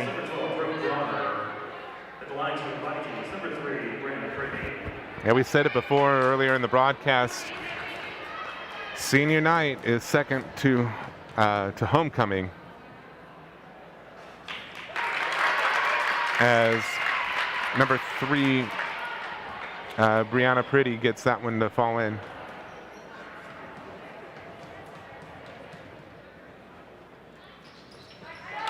She goes 2 for 2 at the stripe. Yeah, senior night is second only to homecoming as one of the more important home games. McGuire Estill. She goes up. Oh, and that's a shooting foul. She'll go to the line. She'll shoot 2.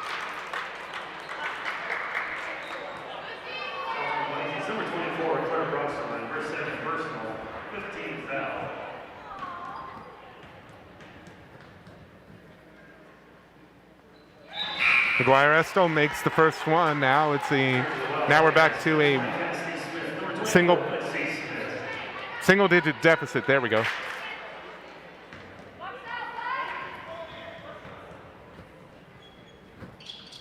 Second one was a miss. 9 points, still a 3-possession ball game here.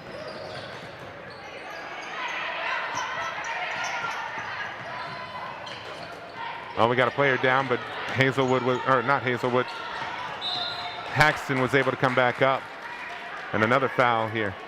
And that foul will go against McGuire Estill. That's only her second foul of the game. The line for the Vikings, number 11, Carrington Axton.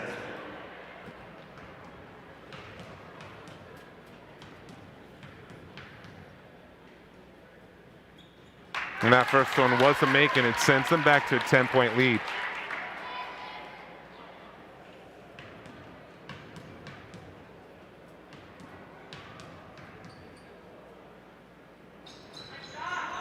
She goes 2 for 2 at the stripe.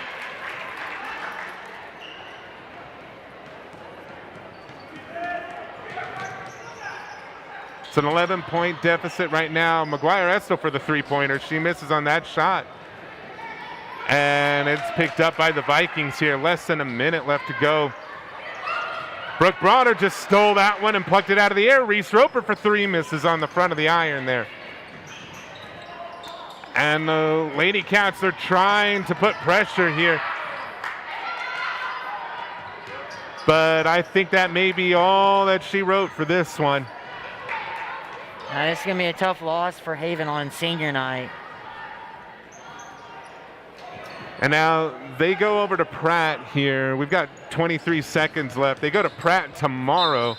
That one goes out of bounds. And if you're the Wildcats, it's a short turnaround. So like, what do they have to do to get ready for Pratt tomorrow? Just got to get a good night's sleep tonight and be mentally focused for tomorrow. One of those things that, you know, in sports, you got to have a short-term memory. The seniors are now off the court. We give them an ovation here. They played their heart out for the last 4. Well, no, we have Lexi Smith that's still here, but they played their heart out.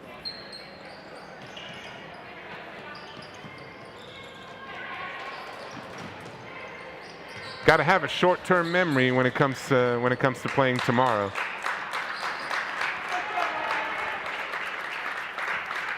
And that's going to be it. The Lady Cats, they fought through, but they lost in a heartbreaker here. 32-21. Garrett, senior night. Let's put a bow on the Lady Wildcats season here because this is the last time that we have them, presumably. What do you think about the Lady Wildcats this season, not just tonight?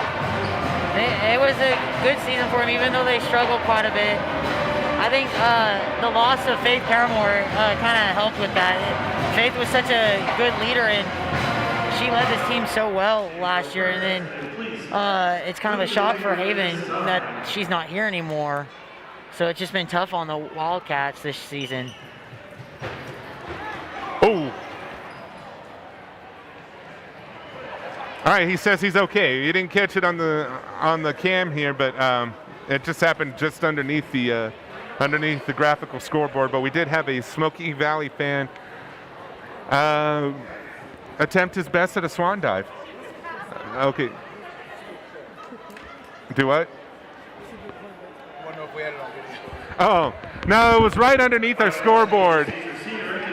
But it looks like he's okay, so.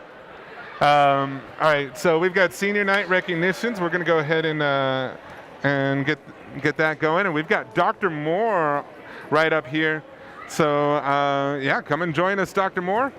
And let's talk senior night here. How you doing first and foremost? Well, excited. I tell you what, it's been a long year this year, and just to have some normalcy with some things like our senior night is always a pleasure for us. And you know, we had some seniors that worked through a lot of different things this year with sports and activities and grades and all different dynamics. And I'll tell you, we are thankful for them. That's for sure. We had an assembly the other day for them, our seniors, just in talking to them about how proud we are of, you know, just kind of leading the way with some of these challenges, and they've done a great job with it this year. We appreciate them coming back and working hard in the classroom and on the court. We have Carly here. All right, there we go. We've got Mallory Miller on the I think we lost our main camera guy for a second here. So we've got Mallory. Sorry, we've got Carly Arnold. Mallory's running the sideline camera, so she's got us up here. Carly Arnold, great kiddo, going to KU, I think. Hunter is the son of Paul and Janine Barlow. He's been involved in football, basketball, baseball, powerlifting, FFA, band, and track. Hunter plays in football. Got Hunter Barlow up here. Hunter's obviously playing basketball for us this year, but also going to Hutch Community College for football, I know, this next fall. I think he'll do great there. So. And he was up here not too long ago. Brooke Bronner now is the next one here. You know, Brooke's a 3-year or 3-sport athlete for us here, and tell you what, her leadership's apparent when she's around. Mom and Dad there with her, and little sis there. So I'll tell you what, we're definitely proud of Brooke, and I'll tell you, Dad's going to coach softball for us this year, and Mom's helping lead up our after prom. So got a whole lot of busyness going on in the Bronner house for Haven High School. And then we've got McGuire Estel. She's been a wonderful editor for our yearbook program here, and she's done some wonderful things too. I tell you, she's intense when it comes to getting things done and doing it right. Now, I really am going to miss that from her after she graduates, is that leadership for our kids of just having that intense passion for something.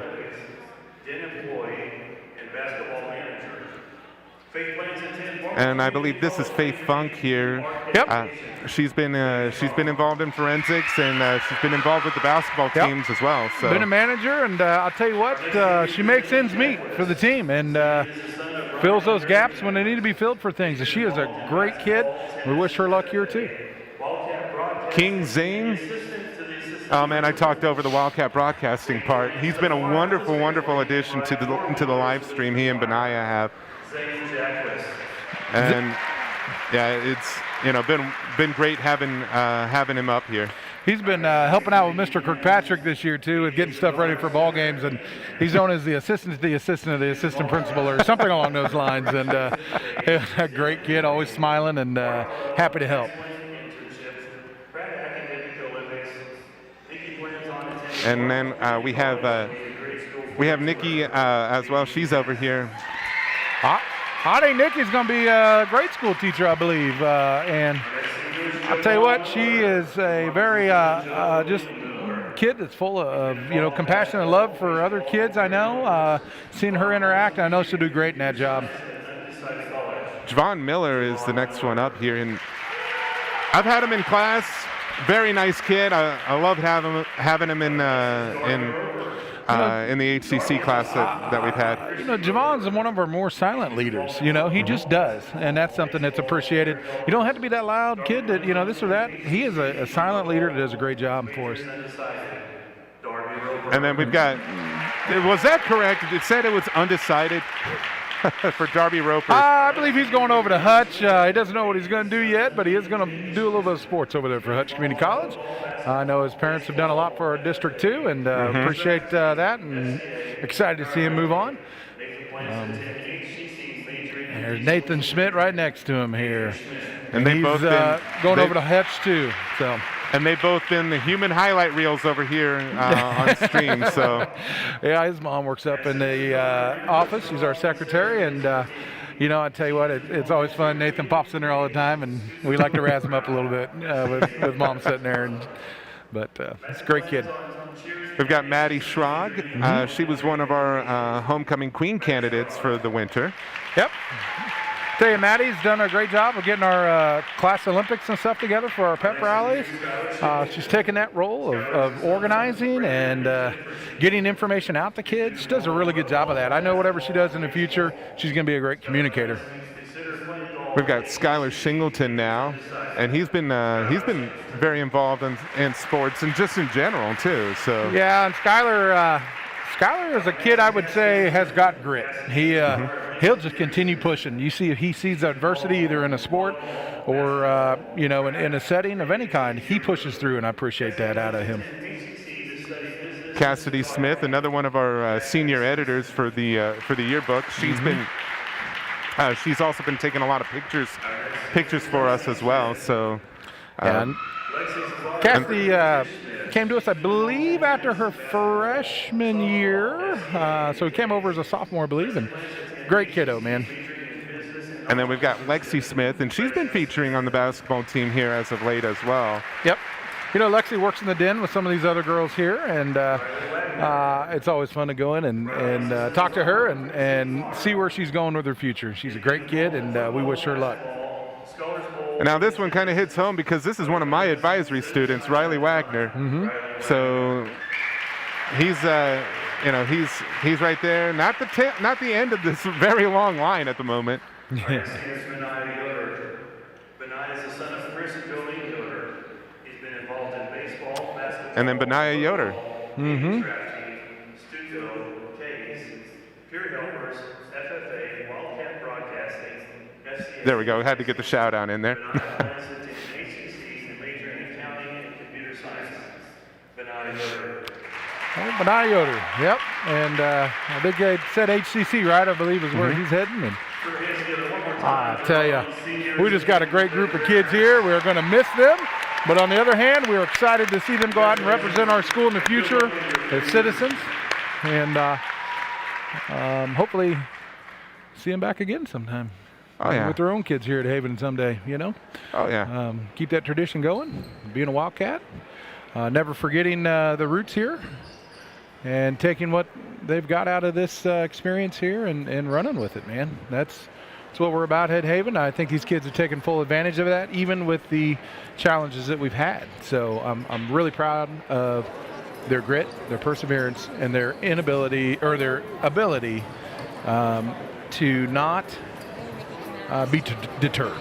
So, and you know, for these seniors, I mean. You know, they've had to display a lot of grit, a lot of perseverance, a lot of determination this year because it's been a very unique year. Right. I mean, you know, we like to think that last year was also unique, and it was. Oh, it was a tough year last year, and this year just kind of kept it going, and my gosh, it's been a challenge. But I'll tell you, we've got some horizon here. We've got a bonfire coming up a week from tomorrow. You know, we weren't able to have that homecoming dance, but I'll tell you what. We're going to have a bonfire. We're going to have a school farm, and we're taking the kids out there. My understanding is there's a taco eating contest. So, there's a cornhole contest and a cornhole as well. contest. So, well, I tell you, a lot of the kids are razzing me and KP up about this taco eating contest. They better get to the contest before me, is all I got to say. Because Friday's my diet cheat day, and it's on like Donkey Kong. Now, see, I mean, you know, being a practicing Catholic myself, I wouldn't be able to compete in that taco eating contest unless it was vegetarian tacos. Right, cheese and lettuce. Yep. Absolutely. You know, another thing here that we've been seeing as well is the growing amount of fans coming in. You know, they're taking pictures over there on the edge here. Yeah, there's some loosening up that's occurred with our fans and restrictions and whatnot. And then I know when Sub-State comes around, I believe it's even looser than that. What'll happen is Keisha's opening up to quite a few, but our counties obviously still kind of dictate a lot of that too. So seeing what our max capacity will be on those games will be interesting.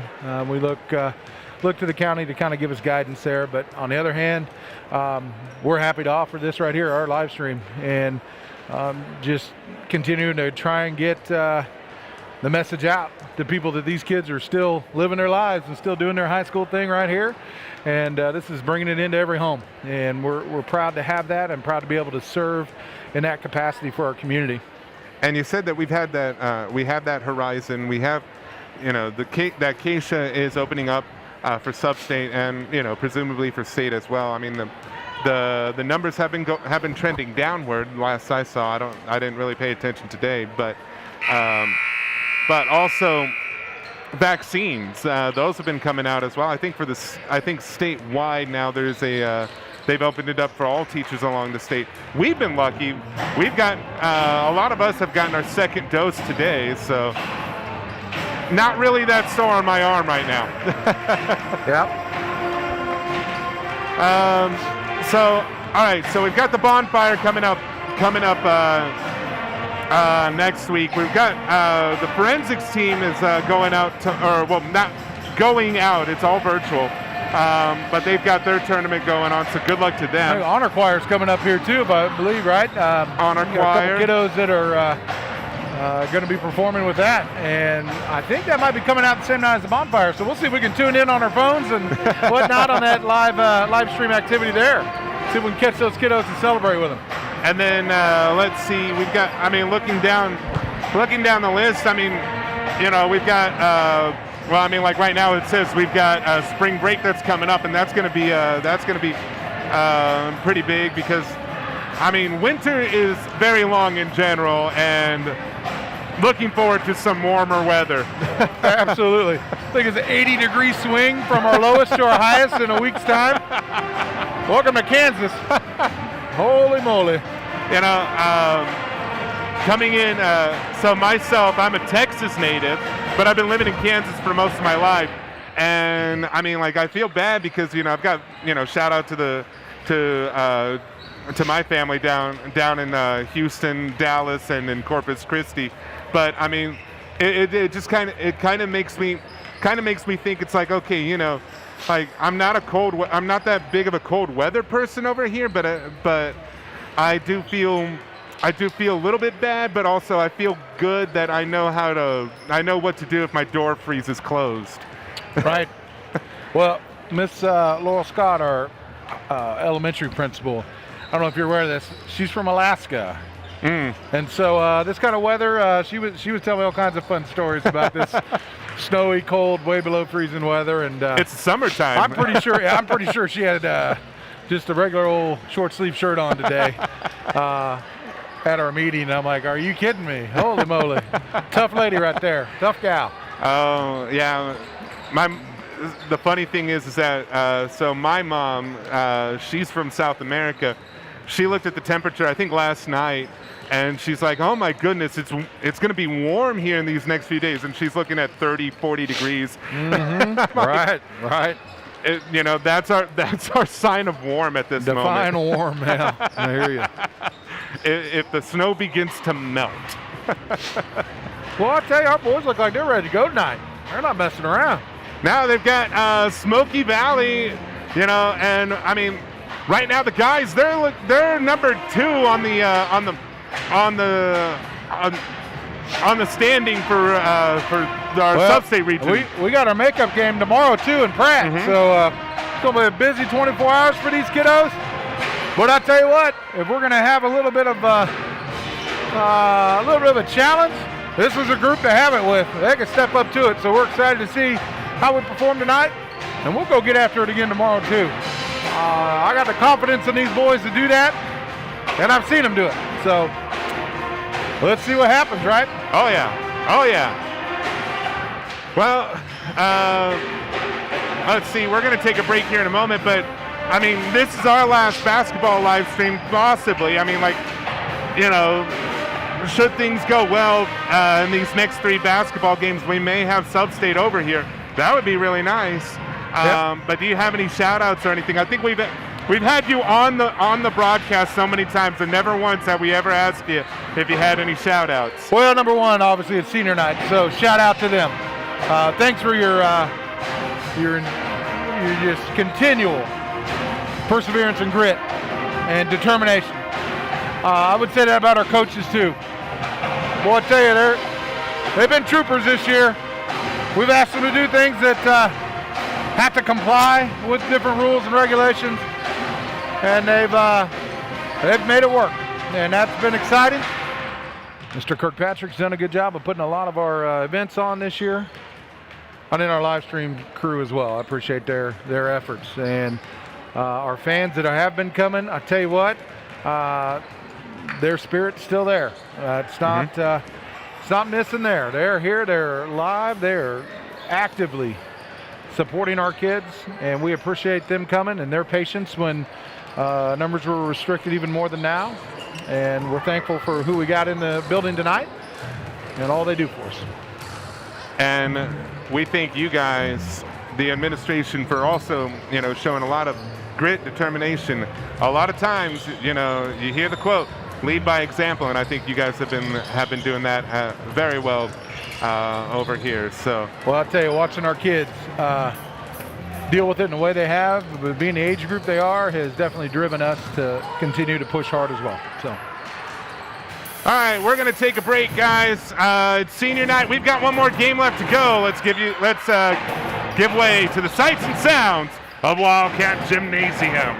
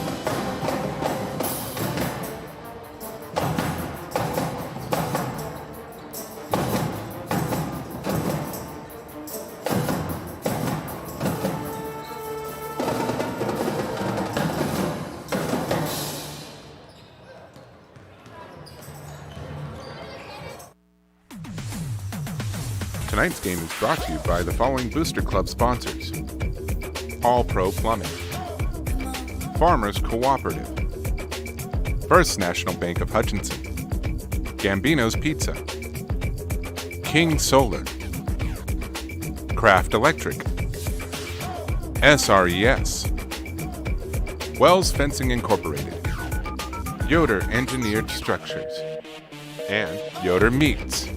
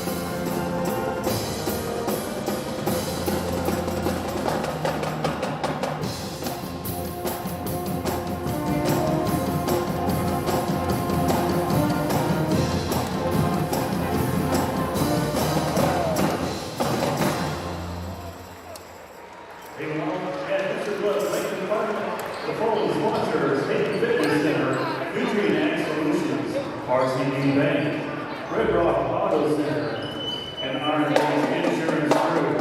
And thank these sponsors and all the following sponsors on the back of your program.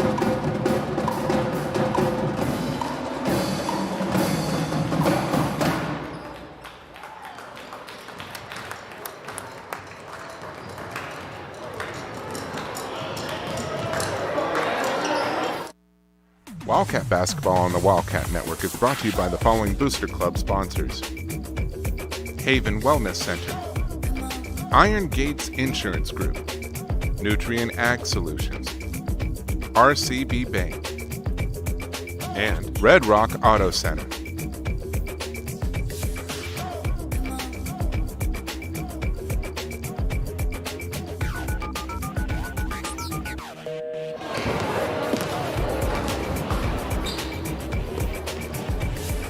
All right, beautiful look outside here. If you're wondering, where is all the snow on that footage? Well, that was taken all the way back in October. Pre-planning here, that's what we got to do. All right. All right, we're ready to go for this next game here. Let's take a look at the pre-games here for the guys here. They've been sitting at they're sitting at a 12-4 record right now. You know, we've been referencing it. They played against Lions on last week. They were supposed to play against Pratt back on Tuesday. That was snowed, so now it's going to be snowed out. So that's going to be tomorrow night. For the Vikings, they've got this record here going. They've got a 6-11 record here. They took the loss against Hoisington back on Tuesday, and they've got a game that's replayed against Lions here on Monday. I'm going to go ahead and give way to the PA announcer here as he's given starters. So I'll be back. We'll be back with you on the other side. The 6'4" sophomore, number 28, Blanchard. The 5'9" senior, number 24, Ryan. The 6'3" junior, number 25, David Michael Stewart. Vikings coached by Coach Snyder, assistant coach Alan Meyer, and Michael Ryan. And now for your Wildcats.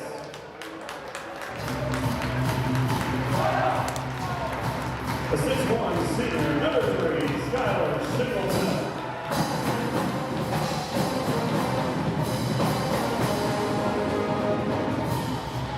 The 5'8" senior, number 4, Nathan Smith.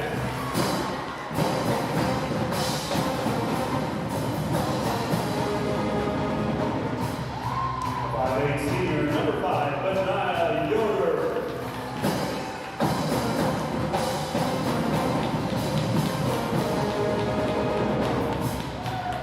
Number 10, Javon Miller.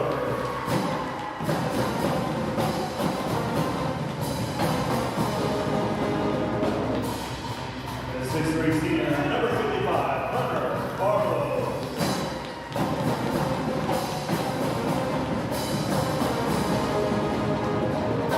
Wildcats coached by William Barrymore, assistant coach Drew Tallman and Ron Dale. All right, everybody. It's senior night, and it's possibly the last time that we get the chance to say this here. So let's go ahead. Let's be loud. Let's be proud. Let's be Wildcats, because it's game time. Your Haven Wildcats, number 2 in the sub-state district, go up against their sub-state rival, Smoky Valley. And Garrett, we're about set to get started. What do you think about this matchup here tonight? This is going to be a really good game. It's two great teams going at it. I think this is going to turn out to be a fun show. And a foul called here. And that looks like it's going on number 20 here. Cade Blanchett. And that's his first one, Cade Blanchett. We'll go with it. Anyways, it's all seniors on the court right now here. And Benaiah Yoder lost that one, went out of his hands. But here we go. Let's go with a quick rundown here. We've got number 3, Skylar Singleton. Number 4, Nathan Schmidt. Number 5, Benaiah Yoder. Number 10, Javon Miller. And number 55, you heard him earlier, Hunter Hunkalicious Barlow. Who's going to be the big names that we're going to be calling out tonight? I think definitely once they check into the game, Darby Roper and Zane Jackwis. If you're Smoky Valley, you got to know where both of those guys are on the floor at all times, especially with Zane behind the three-point line, because he can light you up in a hurry. He does have that potential. Inbound right over to Hunter Barlow. Now it's Benaiah Yoder for 3. Bang! Benaiah Yoder with the 3. And the first points of the game go right to Haven. It's a 3-pointer. All right, now Smoky Valley, they're in the black unis right now. They've got the ball, trying to pass it around here. Oh, and that one, I believe Yoder had a hand on it, but it still goes up and still goes in. And I believe that was, yes, that one was Haven Lysel Stewart. He's got the wrong name tonight.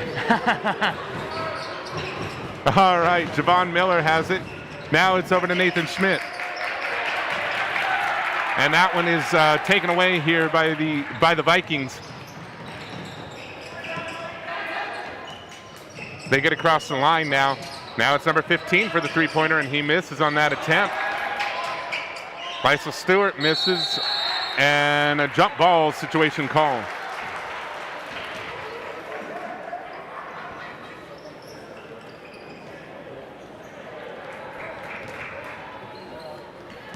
All right, now it's Javon Miller. He's got the ball. He got the inbound there. He'll give it over to Shingleton. Now it's over to Nathan Schmidt. Now it's Benaiah Yoder. Passing it around, and it's in the hands of Schmidt. Now it's Javon Miller. Miller's got it. He gives it over to Hunter Barlow. Barlow goes around.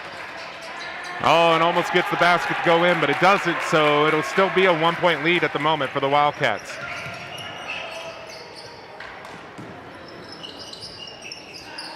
The Vikings passing it around at the moment.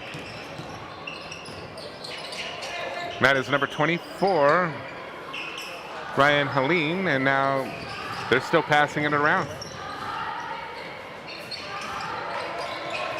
Helene now. And that's number 20, Blanchett.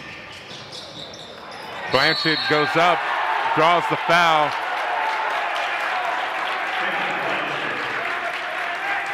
They count the bucket. And that foul will go against Benaiah Yoder, his first of the game and the first team foul for Haven. And Darby Roper and Zane Jackwis will come in, will check into the game for the Wildcats. you can't start the amount of seniors that they have, all of them. So you give them the opportunity. We'll see them some more though. Javon Miller and Nathan Schmidt, we'll see them some more tonight. St. Jack was now it's Skylar Singleton, Benaiah Yoder passes it. Jack was for three. Oh, and it's a miss. It almost went in, and that one almost went away. But it's picked up. St. Jack was saved it. And that was a good back tap there. Over to Darby Roper instead. Now it's Benaiah Yoder. Back down to the big man, Hunter Barlow. Ooh, and he misses on the shot there.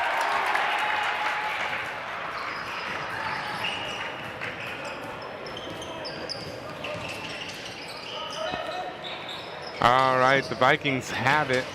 Well, that one went off the hands of Skylar Singleton, and so it'll continue to be Vikings basketball.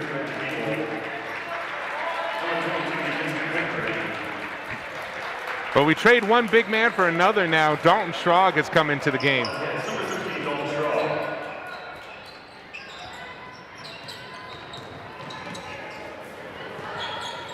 And now they pass it around here.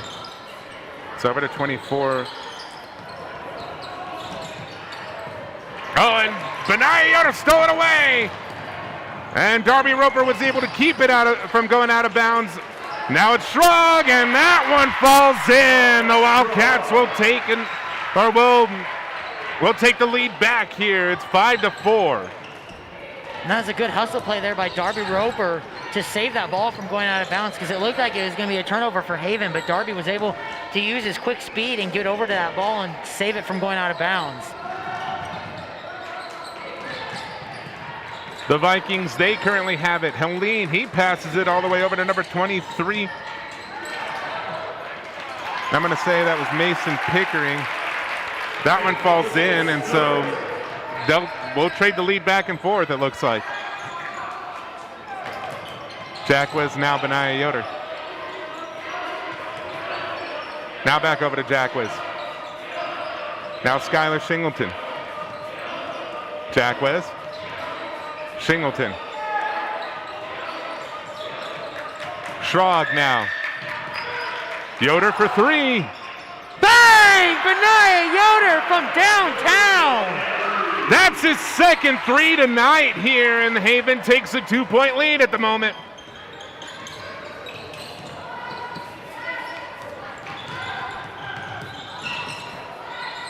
All right, now Helene, he has it.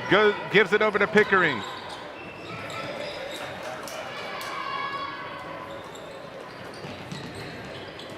They pass it around. Now it's 23. Now it's Helene. He goes for the long three, and and that one rattles and goes in.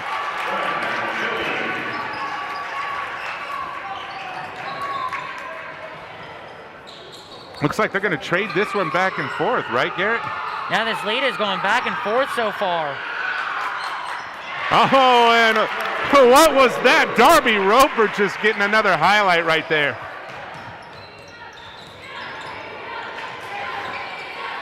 The Vikings, they've got it at the moment. That's number 23. He misses on the three-point shot, and it is picked up by Benaiah Yoder. Darby Roper, he's got it now. And that one just goes right into traffic. Jump ball situation, and the possession arrow points right for Smoky Valley. And Javon Miller and Zeke Crack will check in to the game for the Wildcats.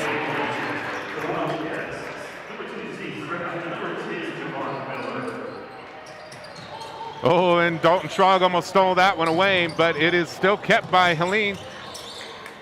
They pass it around now. Number 33, Brent Habel. Now it's Helene. And he'll reset.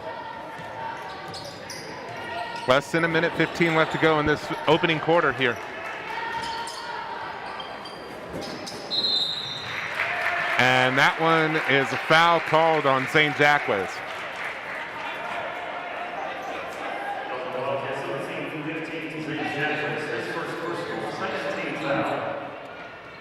And, you know, we're not looking at too many fouls right now in this quarter. So, you know, maybe they'll be playing a little bit more open, a little bit more free. We'll have to see.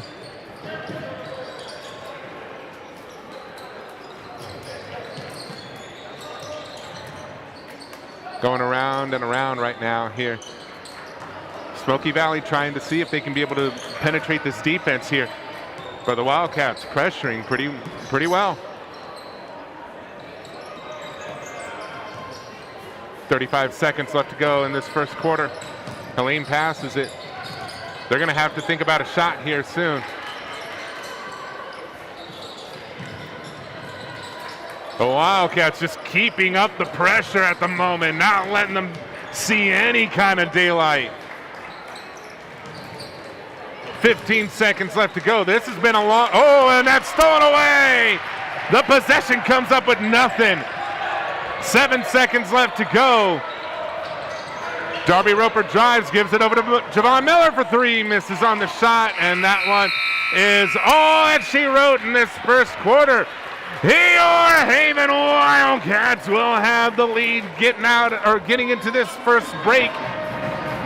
And man, that's a close one. 1 point difference. What do you think about that one, Garrett? That one was a very energetic first quarter. Even though there's only 19 total points scored, it was very fast-paced and energetic first quarter. We'll see if the energy can be able to keep up here. I mean, you know, like you said, it was very energetic. Get a quick look here from our sideline camera here now. That's being run by Kaden Beckler. Getting the cheerleaders. I know it's a little bit hard at that angle to get the cheerleaders. There's the band right now. And now back over to the cheerleaders.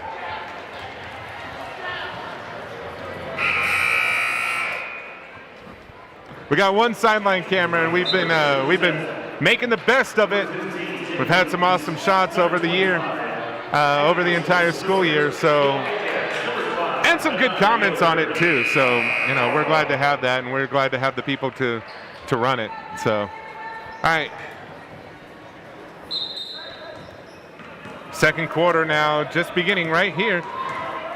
Darby Roper, he's got it, and he's getting directions at the moment here.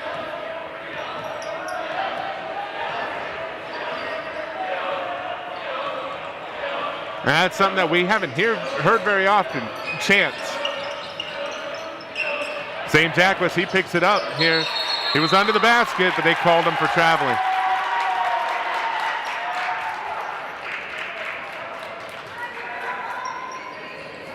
Stick around for halftime here. We'll have McGuire Estel. She'll be up here and she'll talk about it.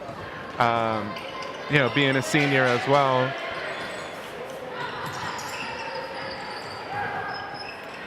Oh, and Zeke Kraft, he stole that away. Now it's Darby Roper, goes up, blocked, but no, not a block, it's a foul as he was going up. He'll go to the line and shoot 2 free throws. And that'll go against Cade Blanchett. And that's his second foul of the game and the second team foul for Smoky Valley. And the first one of 2 is a make.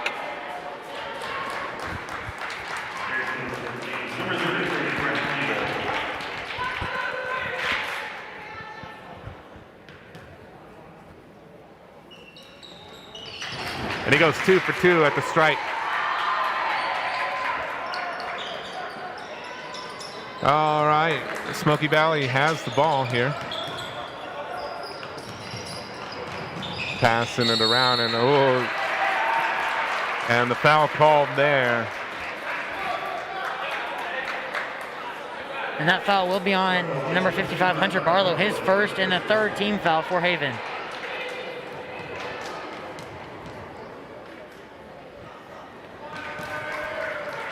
That is Haven Lysel Stewart. He makes the first of 2. He misses, so he splits it. Now Hunter Barlow, he got the rebound. Now it's Darby Roper. He's got it. He'll race down the court. He drives right to the basket. One-man play on that one. I think if anybody gets the assist, it's Hunter Barlow for the inbound pass. That was a good drive by Darby. The lane just opened up for him there as he cut right to the basket.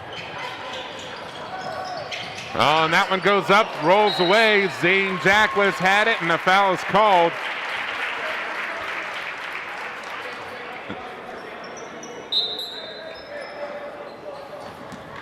And that is a foul on the Vikings there. His first personal team foul.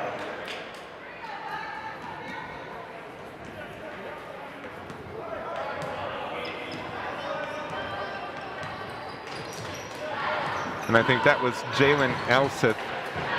If we get a little confused on names, namely me, if I get, well, Zane Jackless for 3 misses on the shot there. If I get a little confused on names, it's because we have 2 number 11s, 3 number 10s, 2 22s. They're all at different grade levels, so just bear with us.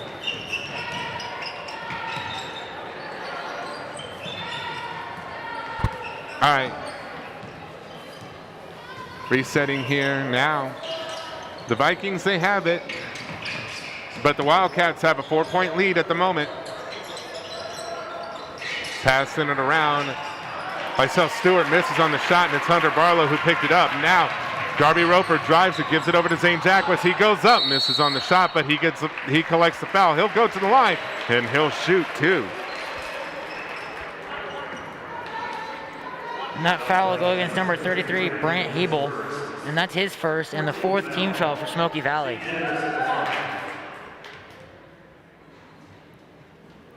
And the first one falls for King Zane.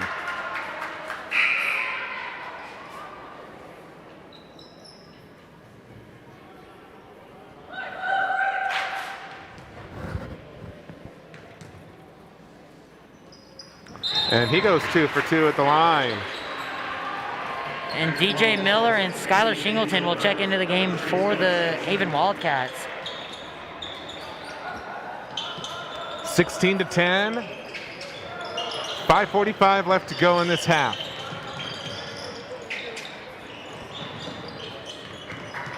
It's Helene who has it. Now he's got it back here. Passes it. Long pass. Oh, and that one almost went out of bounds there. Myself Stewart passes it over to Hibble, and that is blocked. DJ Miller just said no thanks to that request. Says, I play my own music here. Myself Stewart gets the inbound, and that one goes in.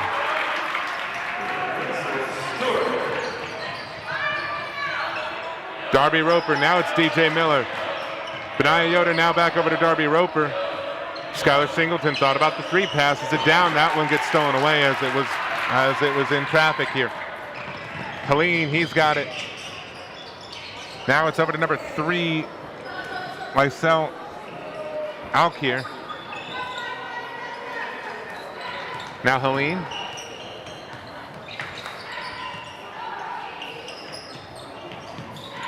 He gets a little help here from number 33, Habel.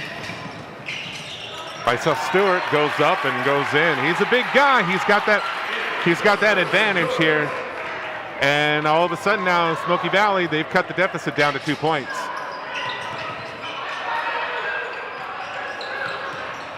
But looking at it, I don't know how much of an advantage. I mean, both he and Hunter Barlow are roughly the same size.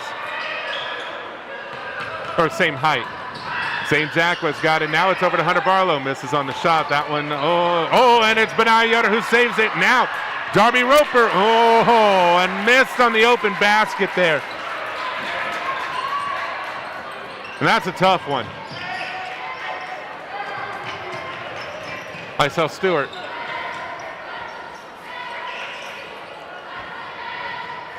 And that one, Habel is missed on the shot here.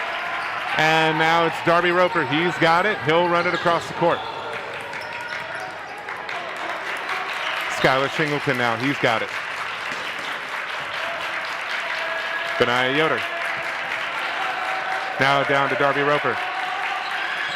DJ Miller, now Singleton back over to Roper, now it's Yoder. But Yoder from the free throw stripe misses on the shot there.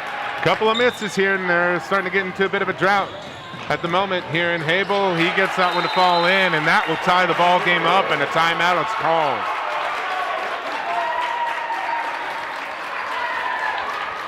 And I believe that one is on Haven. Yes.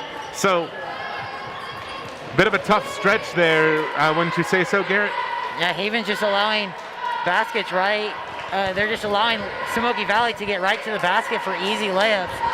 So that, I think, is one reason Paramore called this timeout, to just calm his guys down and to get their focus right. Their mindset seems to be a little off right now.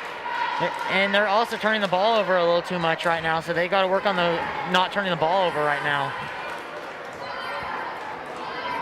Bit of a rough stretch here, but there is a chance, though. We still got plenty of time in this half. Even the Wildcats could be able to come back, make a comeback here. I mean, I know that sounds strange because it's a tie ball game at the moment, but they had a pretty sizable lead.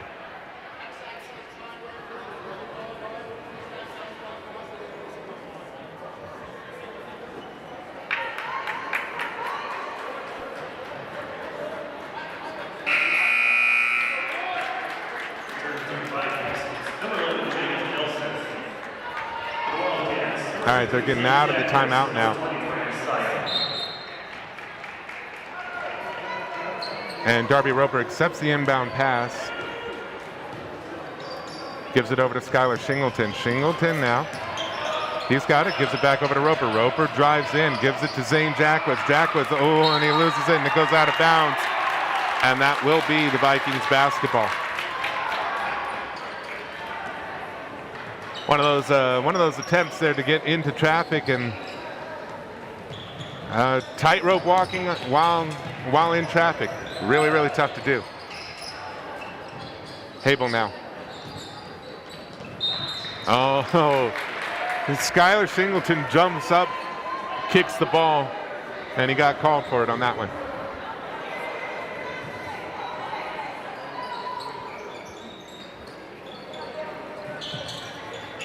Habel.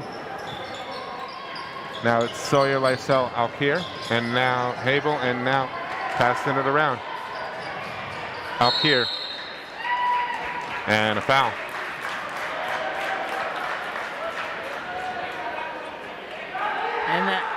And that foul will be on number 20, Brant Sipe, his first and the fourth team foul for Haven. And both teams right now are sitting at 4 fouls, so 16-16, 4-4. Passing it around now. Oh, and that one was almost taken away, but a foul is called. I believe the foul was before the shot. And that foul will go against number 3, Skylar Shingleton, and that's his first and the 5th team foul for Haven.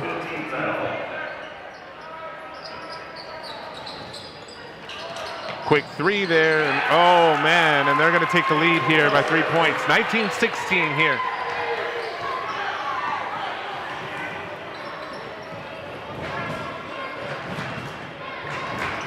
Skylar Shingleton, he's got it.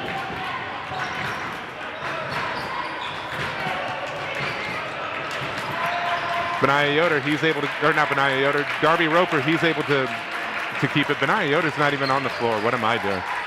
All right, Brant Sipe up, block. No, not a block, it's a foul. He'll go to the line.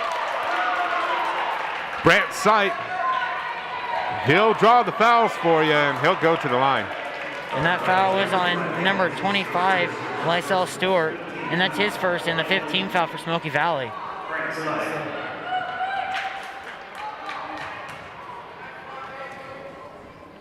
And he gets that one to fall in, first of 2.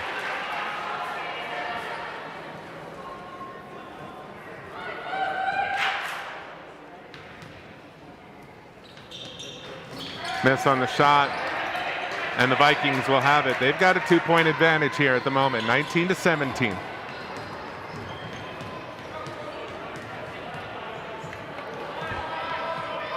It is Ryan Helene. He's directing traffic at the moment, using up a little bit of time. Now he gives it and gets it back. Passing it back and forth here. By Seth Stewart, he loses it. And they said it was last off of him. No, they deliberated. And now they're saying that it is Vikings basketball.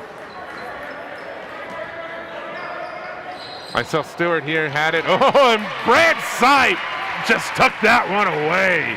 And he tried throwing it off Brant, but Brant was just able to catch it right there. Jacquez tries to give it over to Brant. He saves it from going out of bounds. Now it's Jacquez. Now it's Roper. Roper drives, goes up, collects the foul. He'll go to the line. He'll get a chance to shoot another two. And then I'll go against Lysel Stewart. And that's his second and the sixth team foul for Haven, or for Smoky Valley, excuse me.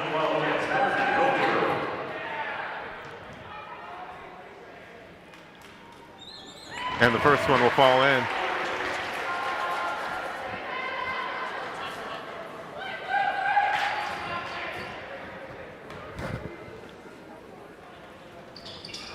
Oh, and Darby Roper splits the two here.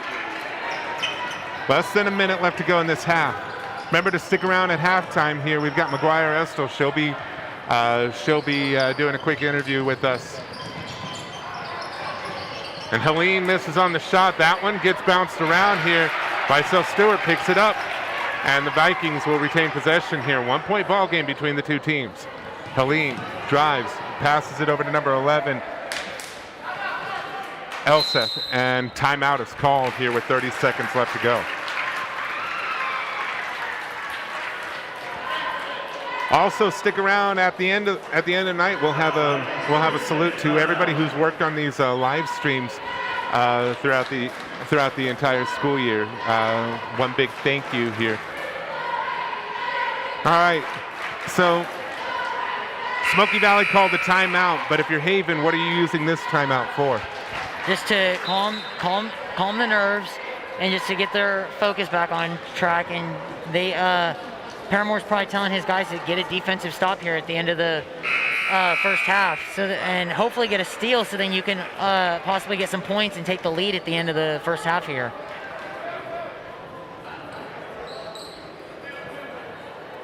We've got 30 seconds left to go, so a lot of things are possible here. Helene has it.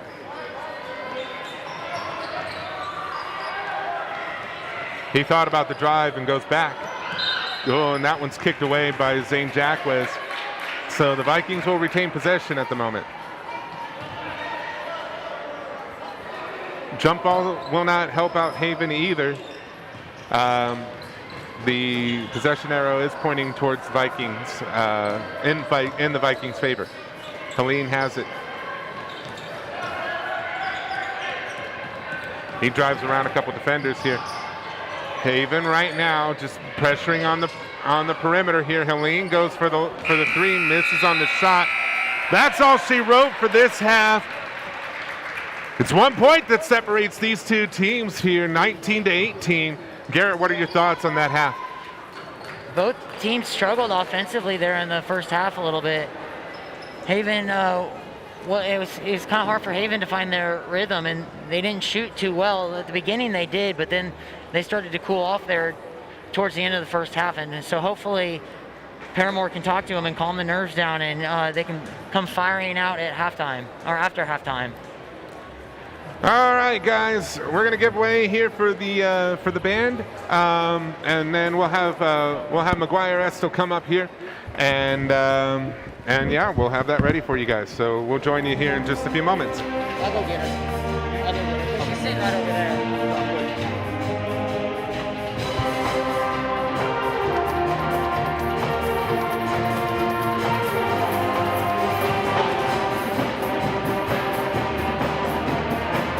Wildcat basketball on the Wildcat Network. The Wildcat Network would like to thank the following Booster Club sponsors: 96 Paint and Body, Cornerstone Family Dental, Tony and Mary Dillon, Dutch Kitchen Restaurant, DY Home Improvement, Heartland Credit Union, Herschel Crane, State Farm Insurance, Idea Tech Telecom, Christian E. Hart Photography, Madison Wealth Strategies, Aunt Funeral, Shep Chevrolet, and Southwest Seed Research.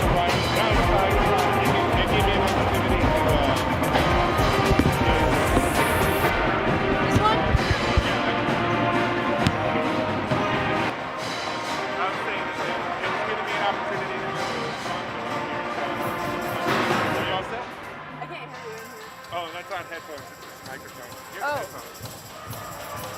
But keep the microphone on. Yeah. Hang on. Are you all set? Yeah. This is the kill switch in case you need to call for anything like that. This is the kill switch in case you need to call for anything like that. Okay. All right, guys, we're back, and you're seeing the band at the moment. One of our things that we do for halftime, give love to the band. But another thing that we like to do too, especially right now, we haven't had very many chances to do interviews with students, but it's senior night, so we're gonna go ahead and do another interview with another senior. This time we've got McGuire Estel. McGuire, how you doing tonight? I'm doing good. How are you? I'm doing great. Tough game obviously tonight, but I mean, you guys have another one tomorrow. So what's the mindset going into tomorrow's game, especially like quick turnaround and stuff? We just gotta shake off this loss tonight and come back with our minds set right. And you guys have a short stretch because that Pratt game had to be rescheduled from Tuesday due to the winter weather. Right. So now you guys got the game tomorrow, and then you got another game on Tuesday, and then you got a game on Friday. All of them are away, at least until Sub-State. But we can talk Sub-State and all that. But the big thing though is that it's senior night. You're one of the seniors. I mean, that's got to be an emotional thing going on. Yeah, this is my second senior night. I had my volleyball one in the fall, so it's just kind of like a reality check. Like, I'm graduating in 3 months, and all my lasts are coming up with my friends, and I'm going 8.5 hours away, so it's weird that they won't be in my life as much, but you're going to check up on your friends like you normally do, but it's sad, but it's exciting at the same time. Now, we have a lot of students. We have a lot going over to some of the closer colleges. Like we had Hunter Barlow up here. He's going up to HCC. You're taking quite the trip down to Arkansas. Yeah. I'm excited. I wanted to make sure that I could experience like a different thing in my life. I've been playing around Kansas City, Oklahoma with my travel softball, so I wanted to get down into southern Arkansas. And my conference is the GAC conference, so I do play in Oklahoma a lot, but it's still going to be a different experience. I also wanted to play where it's warm, and I thought Monticello would be a good fit for that, but it's funny, they just got like a foot of snow, so. Yeah, we were talking about it earlier. I was talking about it with Dr. Moore. I'm originally from Texas myself, and I've got family down in Houston, Dallas, and in Corpus Christi. All of them have suffered a lot more than I have just in these past few days. It's crazy that it's colder there, because I thought it wouldn't get colder. Like here was really cold, Oh yeah, we've been breaking records over here. If you're not a Kansas person, I mean, it's been a record-breaking winter. I know today was like 30 degrees, and I could walk out in a short sleeve. Feels like Alaska. Yeah, my mom, she's from South America, and it was funny to hear her say this just the other day when she saw that the upcoming days were going to be in the 30s and 40s. She's like, it's finally going to be warm out here. Right? Is she living in Kansas? Yeah. She lives up in Emporia. So. Gotcha. Shout out to those of you in Emporia. All right, so you're going out to Monticello, yep. And you're going to be playing some softball over there, correct? Yeah, I'm excited. Now you're also going to be playing softball here. This is not your this is not your last no. senior night. I'm so excited. We lost it last year, and it's just going to be fun to get back on the field. But we still got some basketball left, and we're gonna strive for all those wins. We got to keep getting our wins up, and sub-state comes, we got to be ready to go. Yeah, sub-state's going to be over in Heston, but in order to get to Heston, you got to get to that. You got to get past that first round. Yep, and Smoky will be there, so we might see them again. We had them the first half. We just lost our momentum coming in the second. We didn't knock shots down, didn't score, but we can get that. Our defense was good, so we got that. Now, you haven't just done sports. You've done a whole bunch of things here at Haven. We've given you shout-outs for the yearbook and you know the work that you've done with the yearbook and with the newspaper and on the podcast as well. I mean, you know. The podcast prepared me for these interviews. I went on the radio last week with Brad Hollier. Yeah. How was that? Oh, it was fun. We talked about basketball, softball, you know, the usual. I've known Brad for a really long time, so it's really fun always getting to catch up with him. Now, warmer weather coming up. How have you been dealing with this winter weather, though? I hate winter. That's why I wanted to go somewhere warm. Summer's my favorite season. I can't stand it. And snow on the ground makes me want. If it's gonna snow, it better snow like a foot, not like a trace. I've been there. I know that feeling. It's so stupid. It's like if you get like 3 days straight of just clouds and all that, you're just like, rain or do something. And see, I really like storms and rain, not when it cancels my softball game. So like 2 years ago, spring season. Yeah. Now you guys have the bonfire. We talked about this with Dr. Moore. Are you looking forward to that? Yeah, I heard there's tacos, so I always look forward to tacos. Not just tacos, a taco eating contest. Oh, I will not be participating in that. I can't afford the extra pounds. Prom's coming up. Now, are you going to be competing in the cornhole tournament then? I might. I don't know yet. If it's cold, I don't know if I can throw a bag. I think the other thing is that if Tallman's playing too. Oh yeah, if he's in, I'll be on the other side of the bracket. Hopefully, meet him at the last game. I gotta find a partner for that. Thanks for reminding me. Oh man. All right, so we've got about a minute 15 here. I mean, of course, you're welcome to stay on as long as you want, but do you have any shout-outs or anything? I also just want to add for senior night, it was really cool to see all of us lined up across the gym floor. Like the whole width of the court was lined with seniors. Oh, and, yeah. Band, basketball, cheer, Wildcat singers was out there. It's so cool to see my friends and us just get to stand up there and being recognized. It's crazy. I've grown up with some of these kids since like kindergarten, and I can't believe we're here. I also want to let's shout out to my senior friends, Brooke, Cass, Arlie, Lexi. It was a really fun game tonight. We'll come out Pratt, stronger. Shout out to my family. Thanks for the flowers. Oh, and the underclassmen. Thanks for the senior gifts. They were super cute. Good job, guys. And you know, thank goodness right now it seems like we're getting to that point where we see the light at the end of the tunnel, the horizon basically. I mean, we have fans in the stands, and I bet that made things pretty special here tonight as well, didn't it? Yeah. It really hit on the homecoming. We had fans, and we played so much better. And you saw it tonight in the first half. We came out and just our momentum. We just lost it the second half. But like I said, fans coming back, starting to feel like normal. I really hope Substate's just. I don't want to jinx anything, but I hope it's more normal. Well, I can't. And I want a student section. I need student section pictures for the yearbook. Yeah. And I have none. So we got to get it coming back. You know, Dr. Moore said this right in the middle of, right in between our two games here.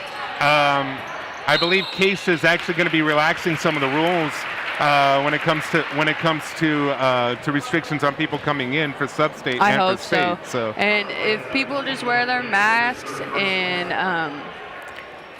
social distancing is a little hard, but keep in your families when you're in the stands, and then they're shooting free throws. You should be quiet. Oh, sorry. Zane Jackwes misses on the first one here. I didn't catch who got the foul there. We've got Garrett coming in now. Zane splits the 2 free throws. Yeah, these Smoky Valley boys are hanging in there. It's 19-19 right now here, so yeah, you're up here right now with myself, Paul Clements, McGuire Essel, and Garrett Reese here. What do you guys think about this game so far? It's been intense. I missed the first quarter. We were getting pizza and changing and stuff, but the second quarter was very physical. Yeah, this game has been aggressive so far. Both teams have played very physical. Just like the girls, they play hard. I got scratches and bruises. My arms were burning after the game.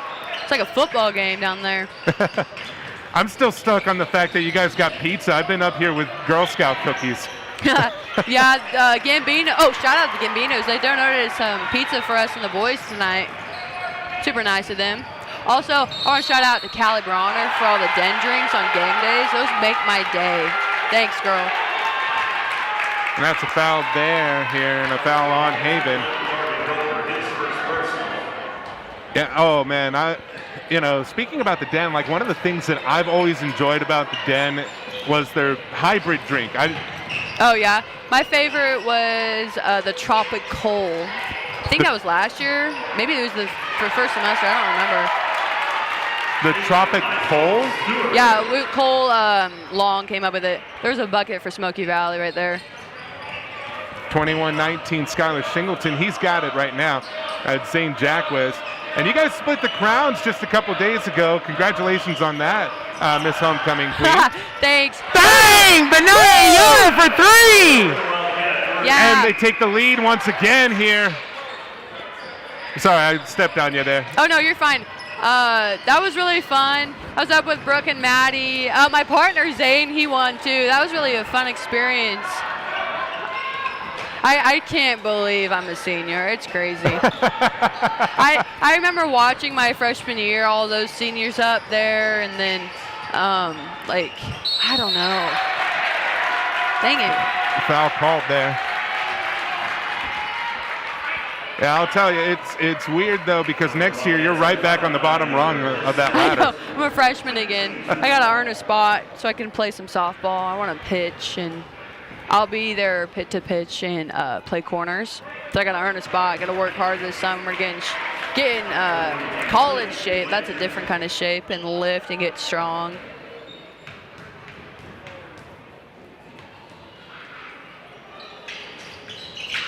Good board. All right, I'll let you guys go. You got the commentating job, and have fun. Thanks for having me, Mr. Clements. Here you go, Garrett. All right, thank you, McGuire. And we'll see you on the podcast whenever we have that again. All right, thank you very much. And we're so, shout out to all the seniors here. They've been, it's gonna be a tough year for us all here as they all move on. For me, this is my third year, so. And they don't get easier. But thanks to McGuire Essel, thanks to Hunter Barlow. I mean, man, we should have been doing this all season long, don't you think, Garrett? Yeah, it's fun to get some other people up here and get their thoughts on school and how their life's going and how during the games. So second foul here for. I messed up on the fouls there. Messed up on the fouls, but Darby Roper is there, and he got the first one to go in, first of two.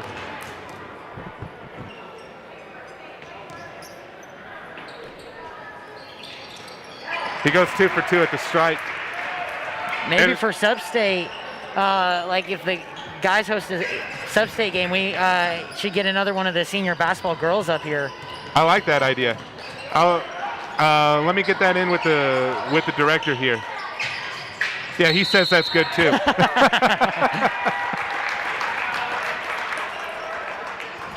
All right. I mean, it's our last broadcast, so we're having fun. We've had fun all season long, and I mean, Gary, you've been up here all season long, and I got to ask you, like, how did you feel doing commentary all year long? I liked it. It's really fun. I love doing it. It gives me a different way to view the games. Oh, and Benaya Yoder almost got the three-pointer there. Yeah, it's like, it's like watching it on ESPN, but this time you're the guy talking. Yeah, it just gives me a new way to experience and enjoy the game. St. Jacques, he goes up, misses on the shot there. A little bit of a drought at the moment here. Yeah, if we have Sub-State, we'll see if we can get some more of the girls in here. I think I've already got a couple names running through my mind. I think Brooke would probably enjoy being up here too. So Brooke Bronner, maybe Lexi Smith. All right, Helene, he misses on the shot. Both teams are struggling at the moment here. Darby Roper, he's got it. Oh, he's gotten himself onto an island, and now that one does not go in.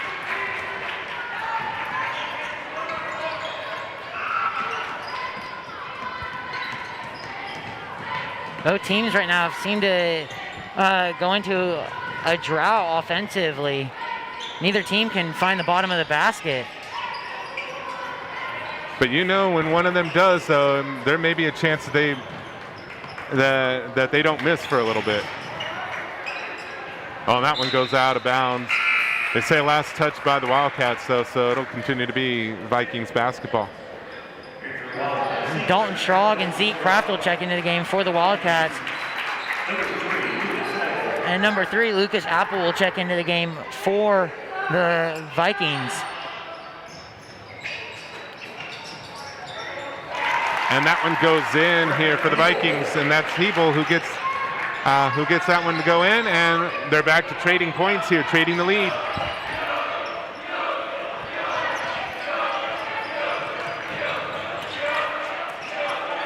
Dalton Strog, now it's Benaya Yoder, and a travel call.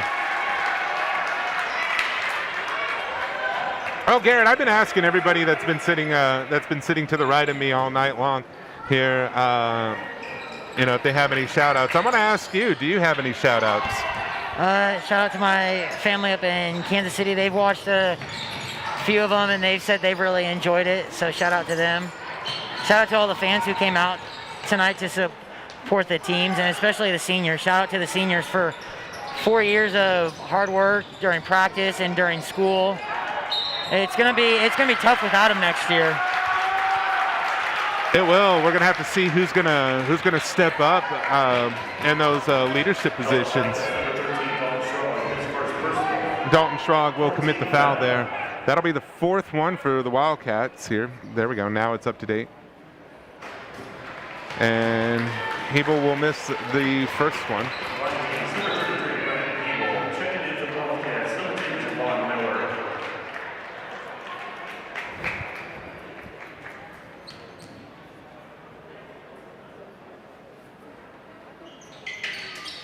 And he goes 0 for 2 on that one. And that one, we thought Zeke Kraft had it. No, now it's Darby Roper. He had it, goes in, and it falls for another 2-pointer. And the Wildcats take the lead once again. That was a good finish by Darby Roper through all that contact that he had to absorb. Basketball is a contact sport. You heard McGuire say she got scratched up in her game. These guys are too, so they're getting scratched up as well. Oh, that one gets poked away here. 2-on-1 situation. Javon Miller saves it acrobatically, but it goes into the hands of the Vikings. Miss on the shot there. They get another attempt, and that one will fall in.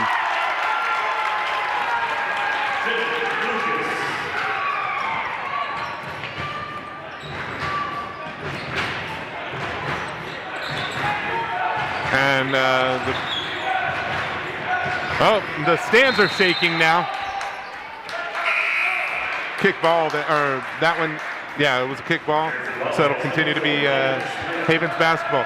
All the things that have been happening here in South Central Kansas. I mean, the stands were shaking because the fans were having a chant, but just this morning there was an earthquake that happened in North Central Oklahoma that they said that they felt all the way over in Kansas City. I didn't feel it, but it was a 4.8, I believe. So pretty strong earthquake there for Oklahoma. And it was right on the border. Yeah, it was in Oklahoma, but it was right on the border here in Kansas as well. First one falls in for Darby Roper.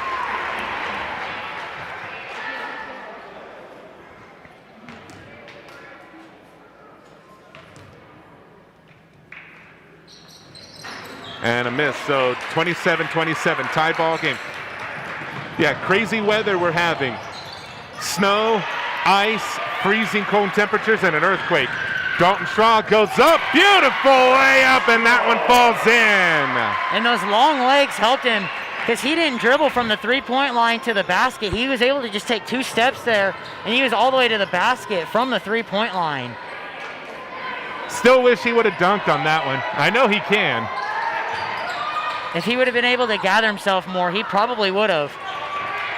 Oh, and Javon Miller pokes that one away. Well, over 30 seconds left to go in this third quarter here. The Wildcats have a 2-point advantage at the moment. Zeke Kraft, he's got it. Now he'll give it over to Darby Roper.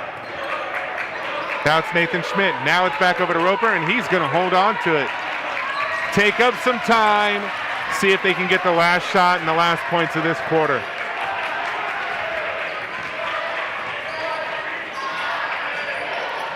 Javon Miller thought about the three. He goes for this one, and he misses. Goes out of bounds, but the clock strikes zeros no matter what. Your Haven Wildcats will go into the fourth quarter with a 2-point lead. It's 29-27. Garrett, what'd you think of that third quarter?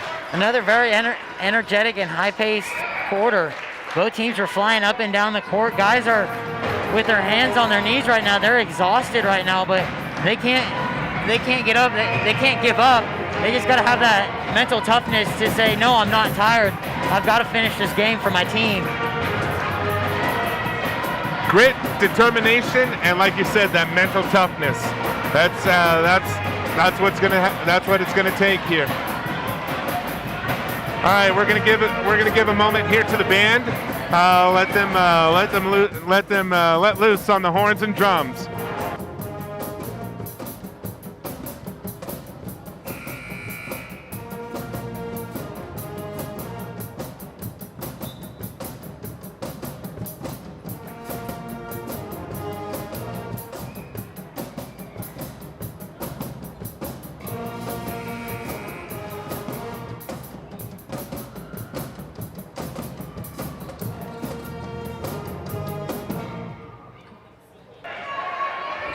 Well, that was new. That was a good job there by the band. These last couple of home games here, as Zane misses on the shot there, they've been introducing some new songs, so shout outs to the band and to Joel Montez. Oh, and Zeke tried to save it. He did save it. But his pass was intercepted and went out of bounds. Yeah, quick shout out to the band. We're going to get a recording of them, and you'll be able to hear some of their music from this here in future streams here.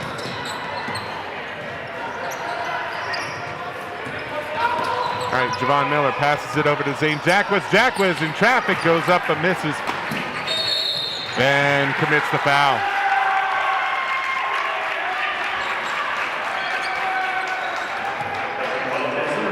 And that foul was on Zane Jackwes, his second of the game, and the 5th team foul for Haven.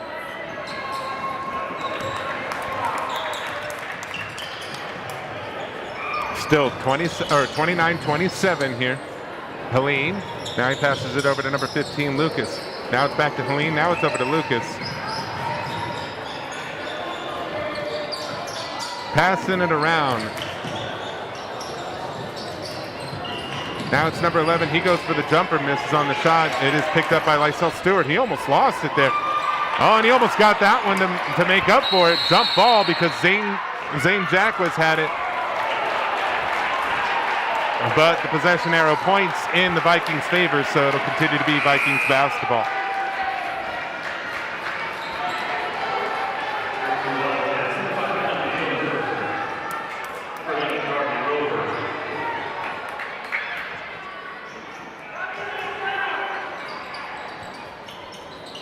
Oh, and that one was passed and then poked away by Skylar Singleton. Looked like it was passed right to Skylar. Disrupt the pass lanes. That's what you got to do as a defender. There we go. And Yoder picked up on that one, and the foul is called. And that foul was on Jake Lucas, his first and the fourth team foul for Smoky Valley. Seems like it's a race to 7 at the moment. Getting a little high up there on the fouls. Zane Jackwes, he's got it. He passes it back over to Darby Roper. Roper goes up. He gets fouled. He'll go to the line, and he'll shoot 2.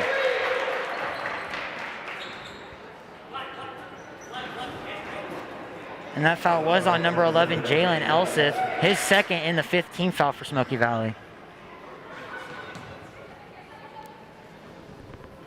First of 2 is a make for Darby Roper.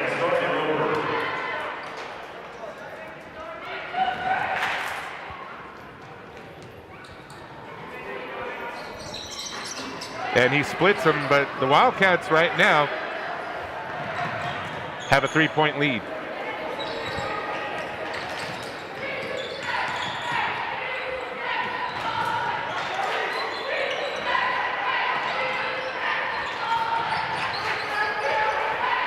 That one was almost thrown away there by number 15, Jake Lucas. Helene, he has it. He gives it over to Lysel Stewart. Oh, and that one gets past some traffic. That one gets stolen away. That one goes out of bounds. They say it was last touched by the Wildcats, though.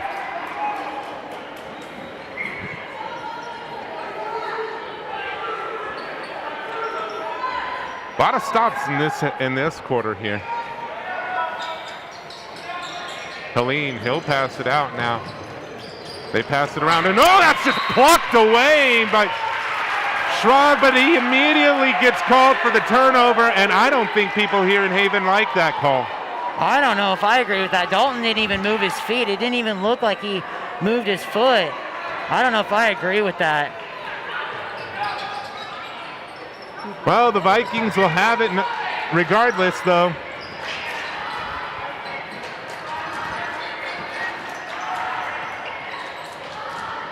Passing it around. It's Helene who has it now. Passes it over to number 11. Now it's over to 15, Lucas. Now they pass it around. Lysel Stewart, he drives. And it's stolen, almost stolen away. Jump ball, and Haven will have possession this time. The arrow points in their favor. And they've been pressing and pressing and pressing down low. They finally got that one to go their way.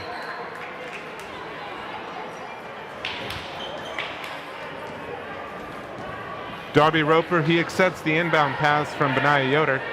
And now he'll direct traffic. Singleton, now Yoder. Jackwes for 3. Bang! Zane Jackwes for 3! He had a hand in his face and still made it. What was that? That was spectacular is what that was. Timeout called.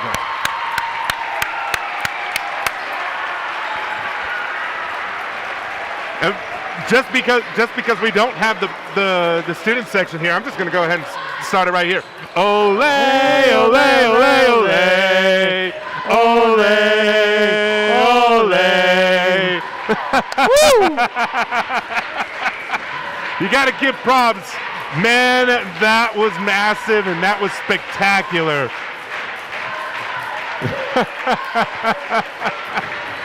And Zane is trying to will his team to a victory tonight on senior night. Oh, man. The Wildcats right now, they are looking at an 8-point lead here, and I believe that's the biggest in a little bit here. So, all right. So, Lonnie Paramore, what's this timeout? What are you talking about with your boys? Just to not get caught up going too fast, because that'll lead to turnovers. And also just to calm down and just keep doing what you're doing. Haven's started to limit their turnovers here, and they've started to get shots to go in. And they've also been getting forcing Smoky Valley into turnovers, so they just got to keep doing that if they want a chance to win. All right, Smoky Valley, they got the inbound here. It's Helene, he'll try to drive it. I said 8-point deficit, it was a 6-point lead right now for Haven. So like I said, I can't count apparently. And that last foul was on Zane Jackwes, his third and the 6th team foul for Haven. So fouls could become a story here in the late stretches. Helene, he has it. Sends it down. Oh, almost stolen. It was stolen away. Benai Yoder's got it. 3-on-2. Darby Roper up and in. And he'll go.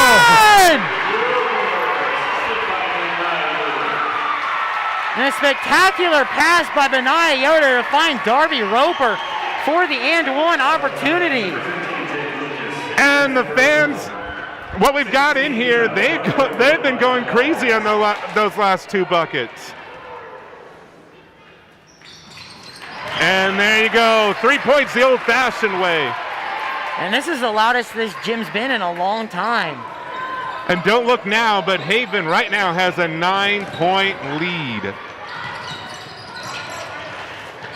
Passing it around here. Helene, he's got it. Oh, stolen. Oh, yep, nope, almost, and possibly. Nope, not there. Wasn't stolen away, but it was tipped. Miss on the shot. And Dalton Strong tried to save it. He was the last one to touch it, though.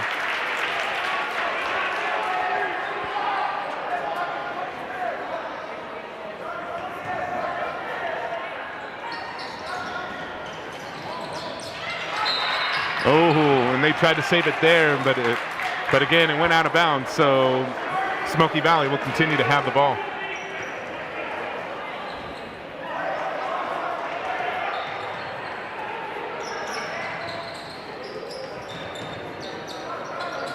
All right, now it's Lucas. He sends it over to Helene. Now it's Lucas. He goes for 3, misses on the shot. Tip, and now, and Zane Jackwes comes up with it. Benai Yoder comes up with it as well. Foul on the floor. That's going to be the 7th foul here on the Vikings, and the Wildcats will be in the bonus. They'll go to the line and shoot the 1-and-1. And that was on Jake Lucas, his 3rd team foul and the 7th team foul on Smoky Valley.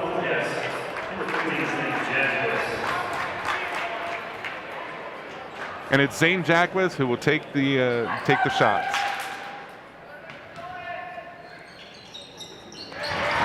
First of the 1-and-1s was a make.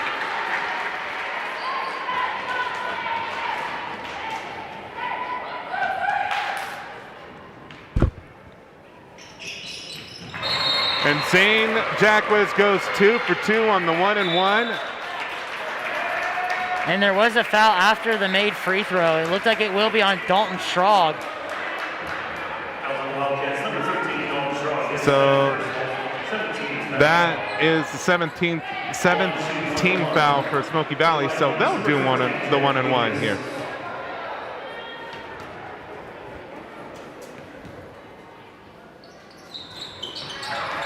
And that was a make as well. 10 points is the difference here.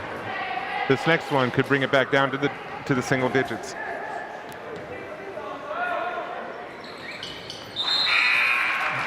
And that takes it down to a 9-point deficit here. And I think there were calls for a timeout, but they're not going to do it. So the clock's going to run. All right, Darby Roper, he's got it. He'll give it over to Skylar Singleton. Now it's back over to Roper.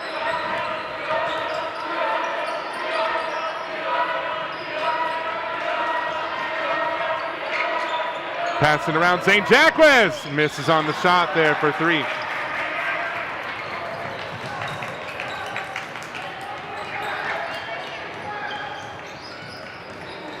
Helene, he's being double teamed.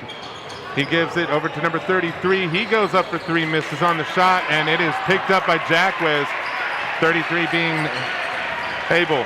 And Darby will slow it down here just to try to waste as much time as possible. 3:14 left to go in this one.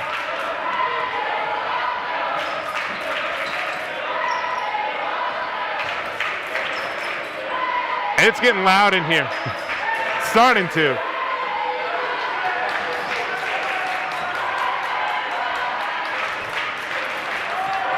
Benaiah Yoder, he's got it. He'll drive it. He'll pass it over to Darby Roper. I went backwards. That's Benaiah Yoder. Now it's Dalton Schrog. Now it's Darby Roper. Now it's Skylar Singleton, and a timeout is called. And that's a timeout by Coach Lonnie Paramore. That's something that we haven't gotten used to this year. Just the sounds of the gymnasium, the sounds of a high school gym. It's good to have it loud in here again and have fans back in the gymnasium. I was starting to get goosebumps. And it's a good turnout tonight for senior night.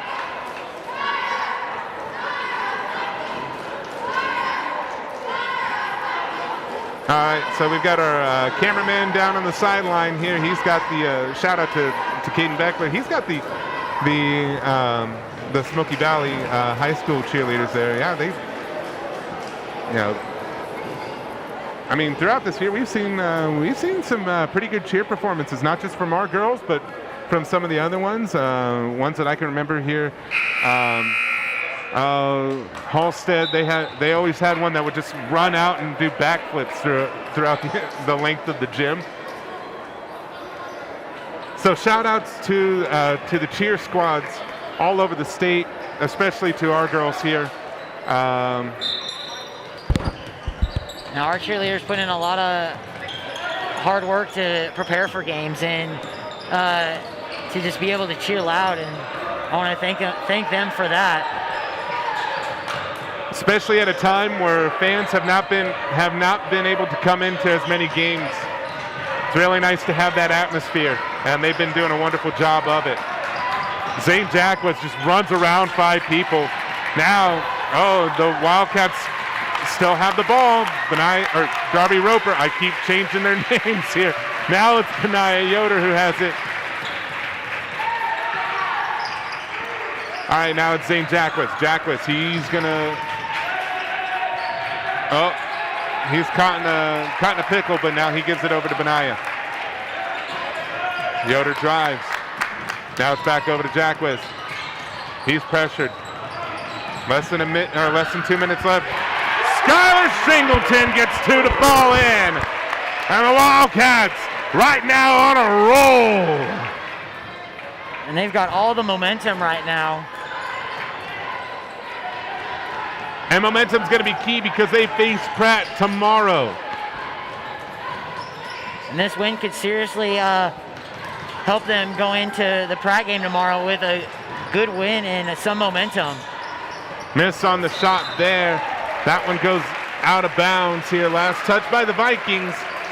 Last touch, I think, specifically by Jake Lucas.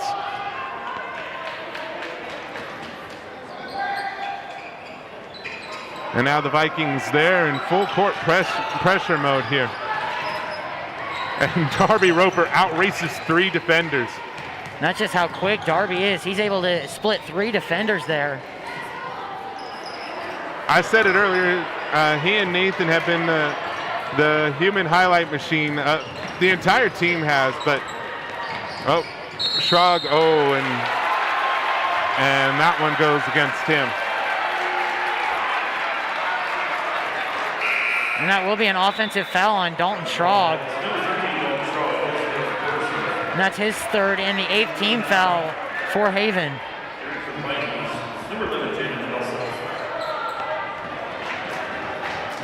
We've had some great games here on the Wildcat Network.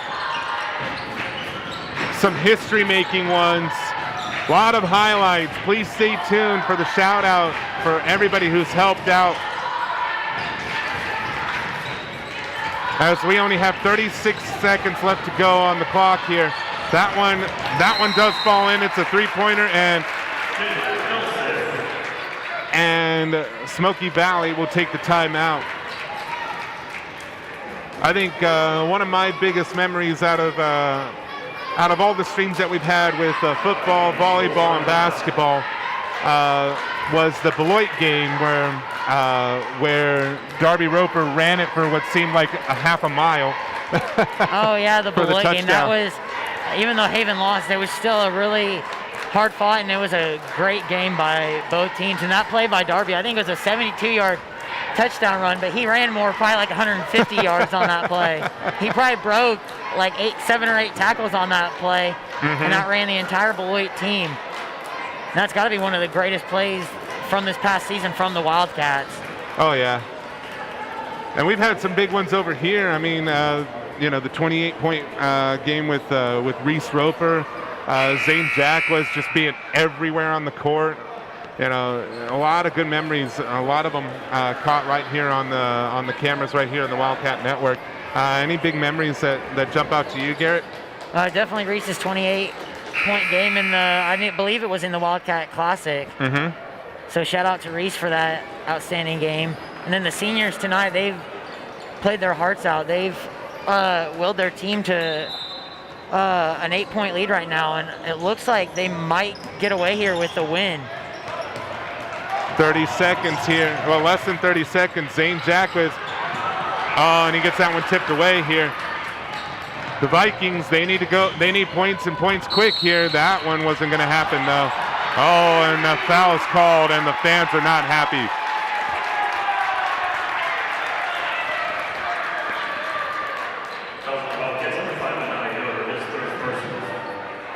And that one was called on Benaya.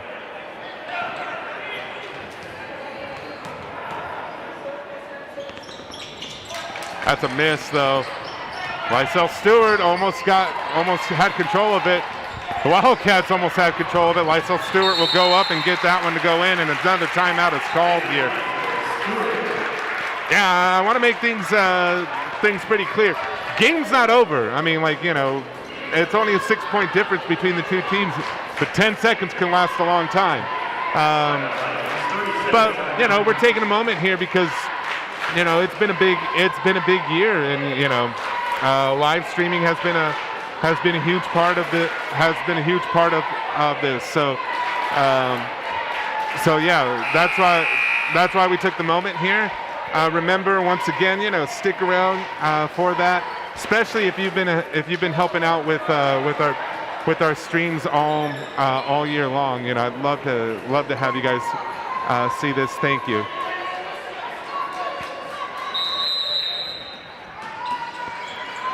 Skylar Singleton, he passes out there to Darby Roper, and he quickly gets fouled, and they'll go to the line.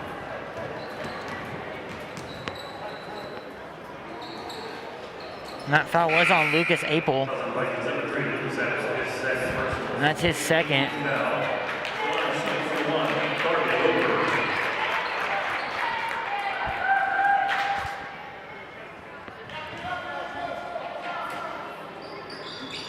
And he gets the first of the 1-and-1s to fall in.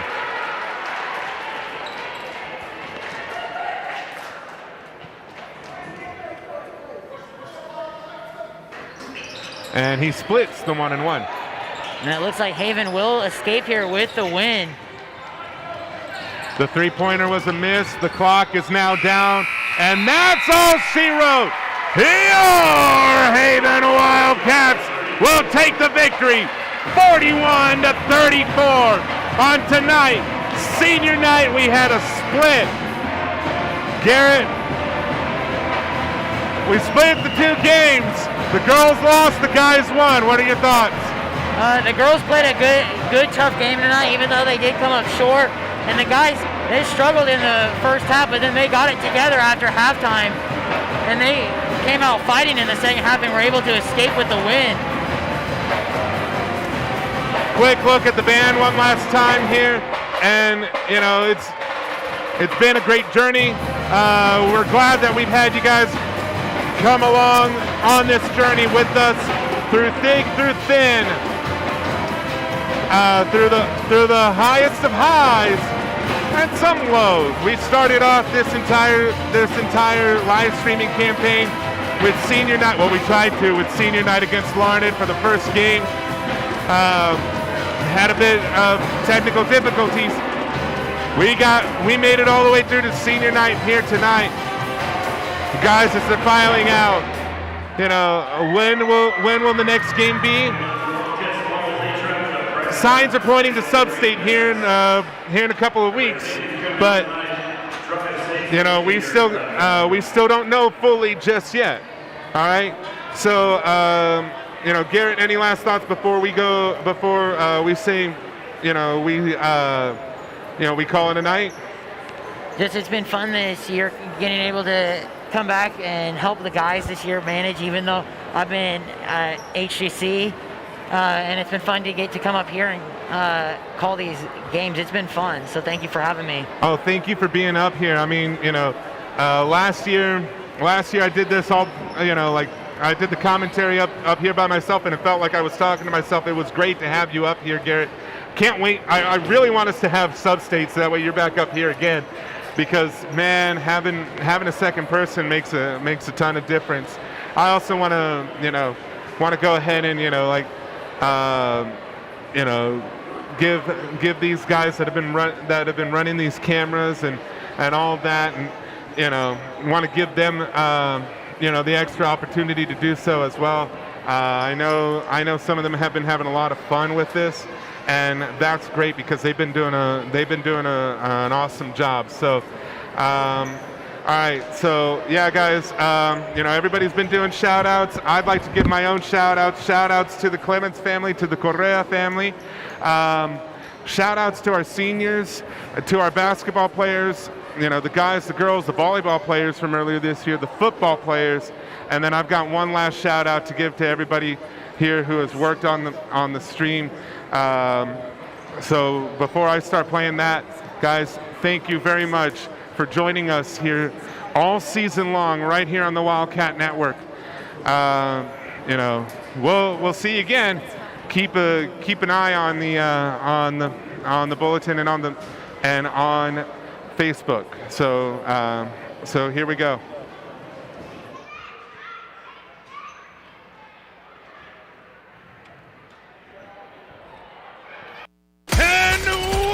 Welcome to Haven, Kansas, home of the Roaring Wildcats.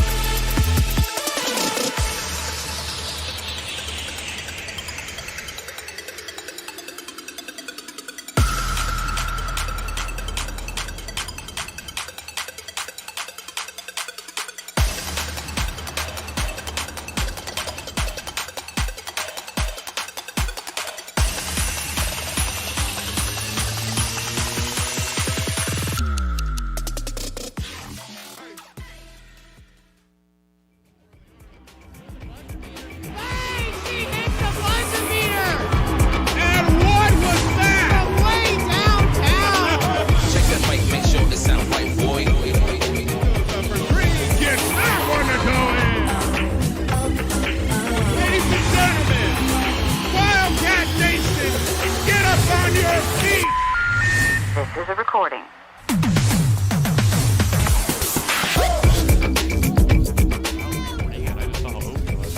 Darby's gonna get around the corner.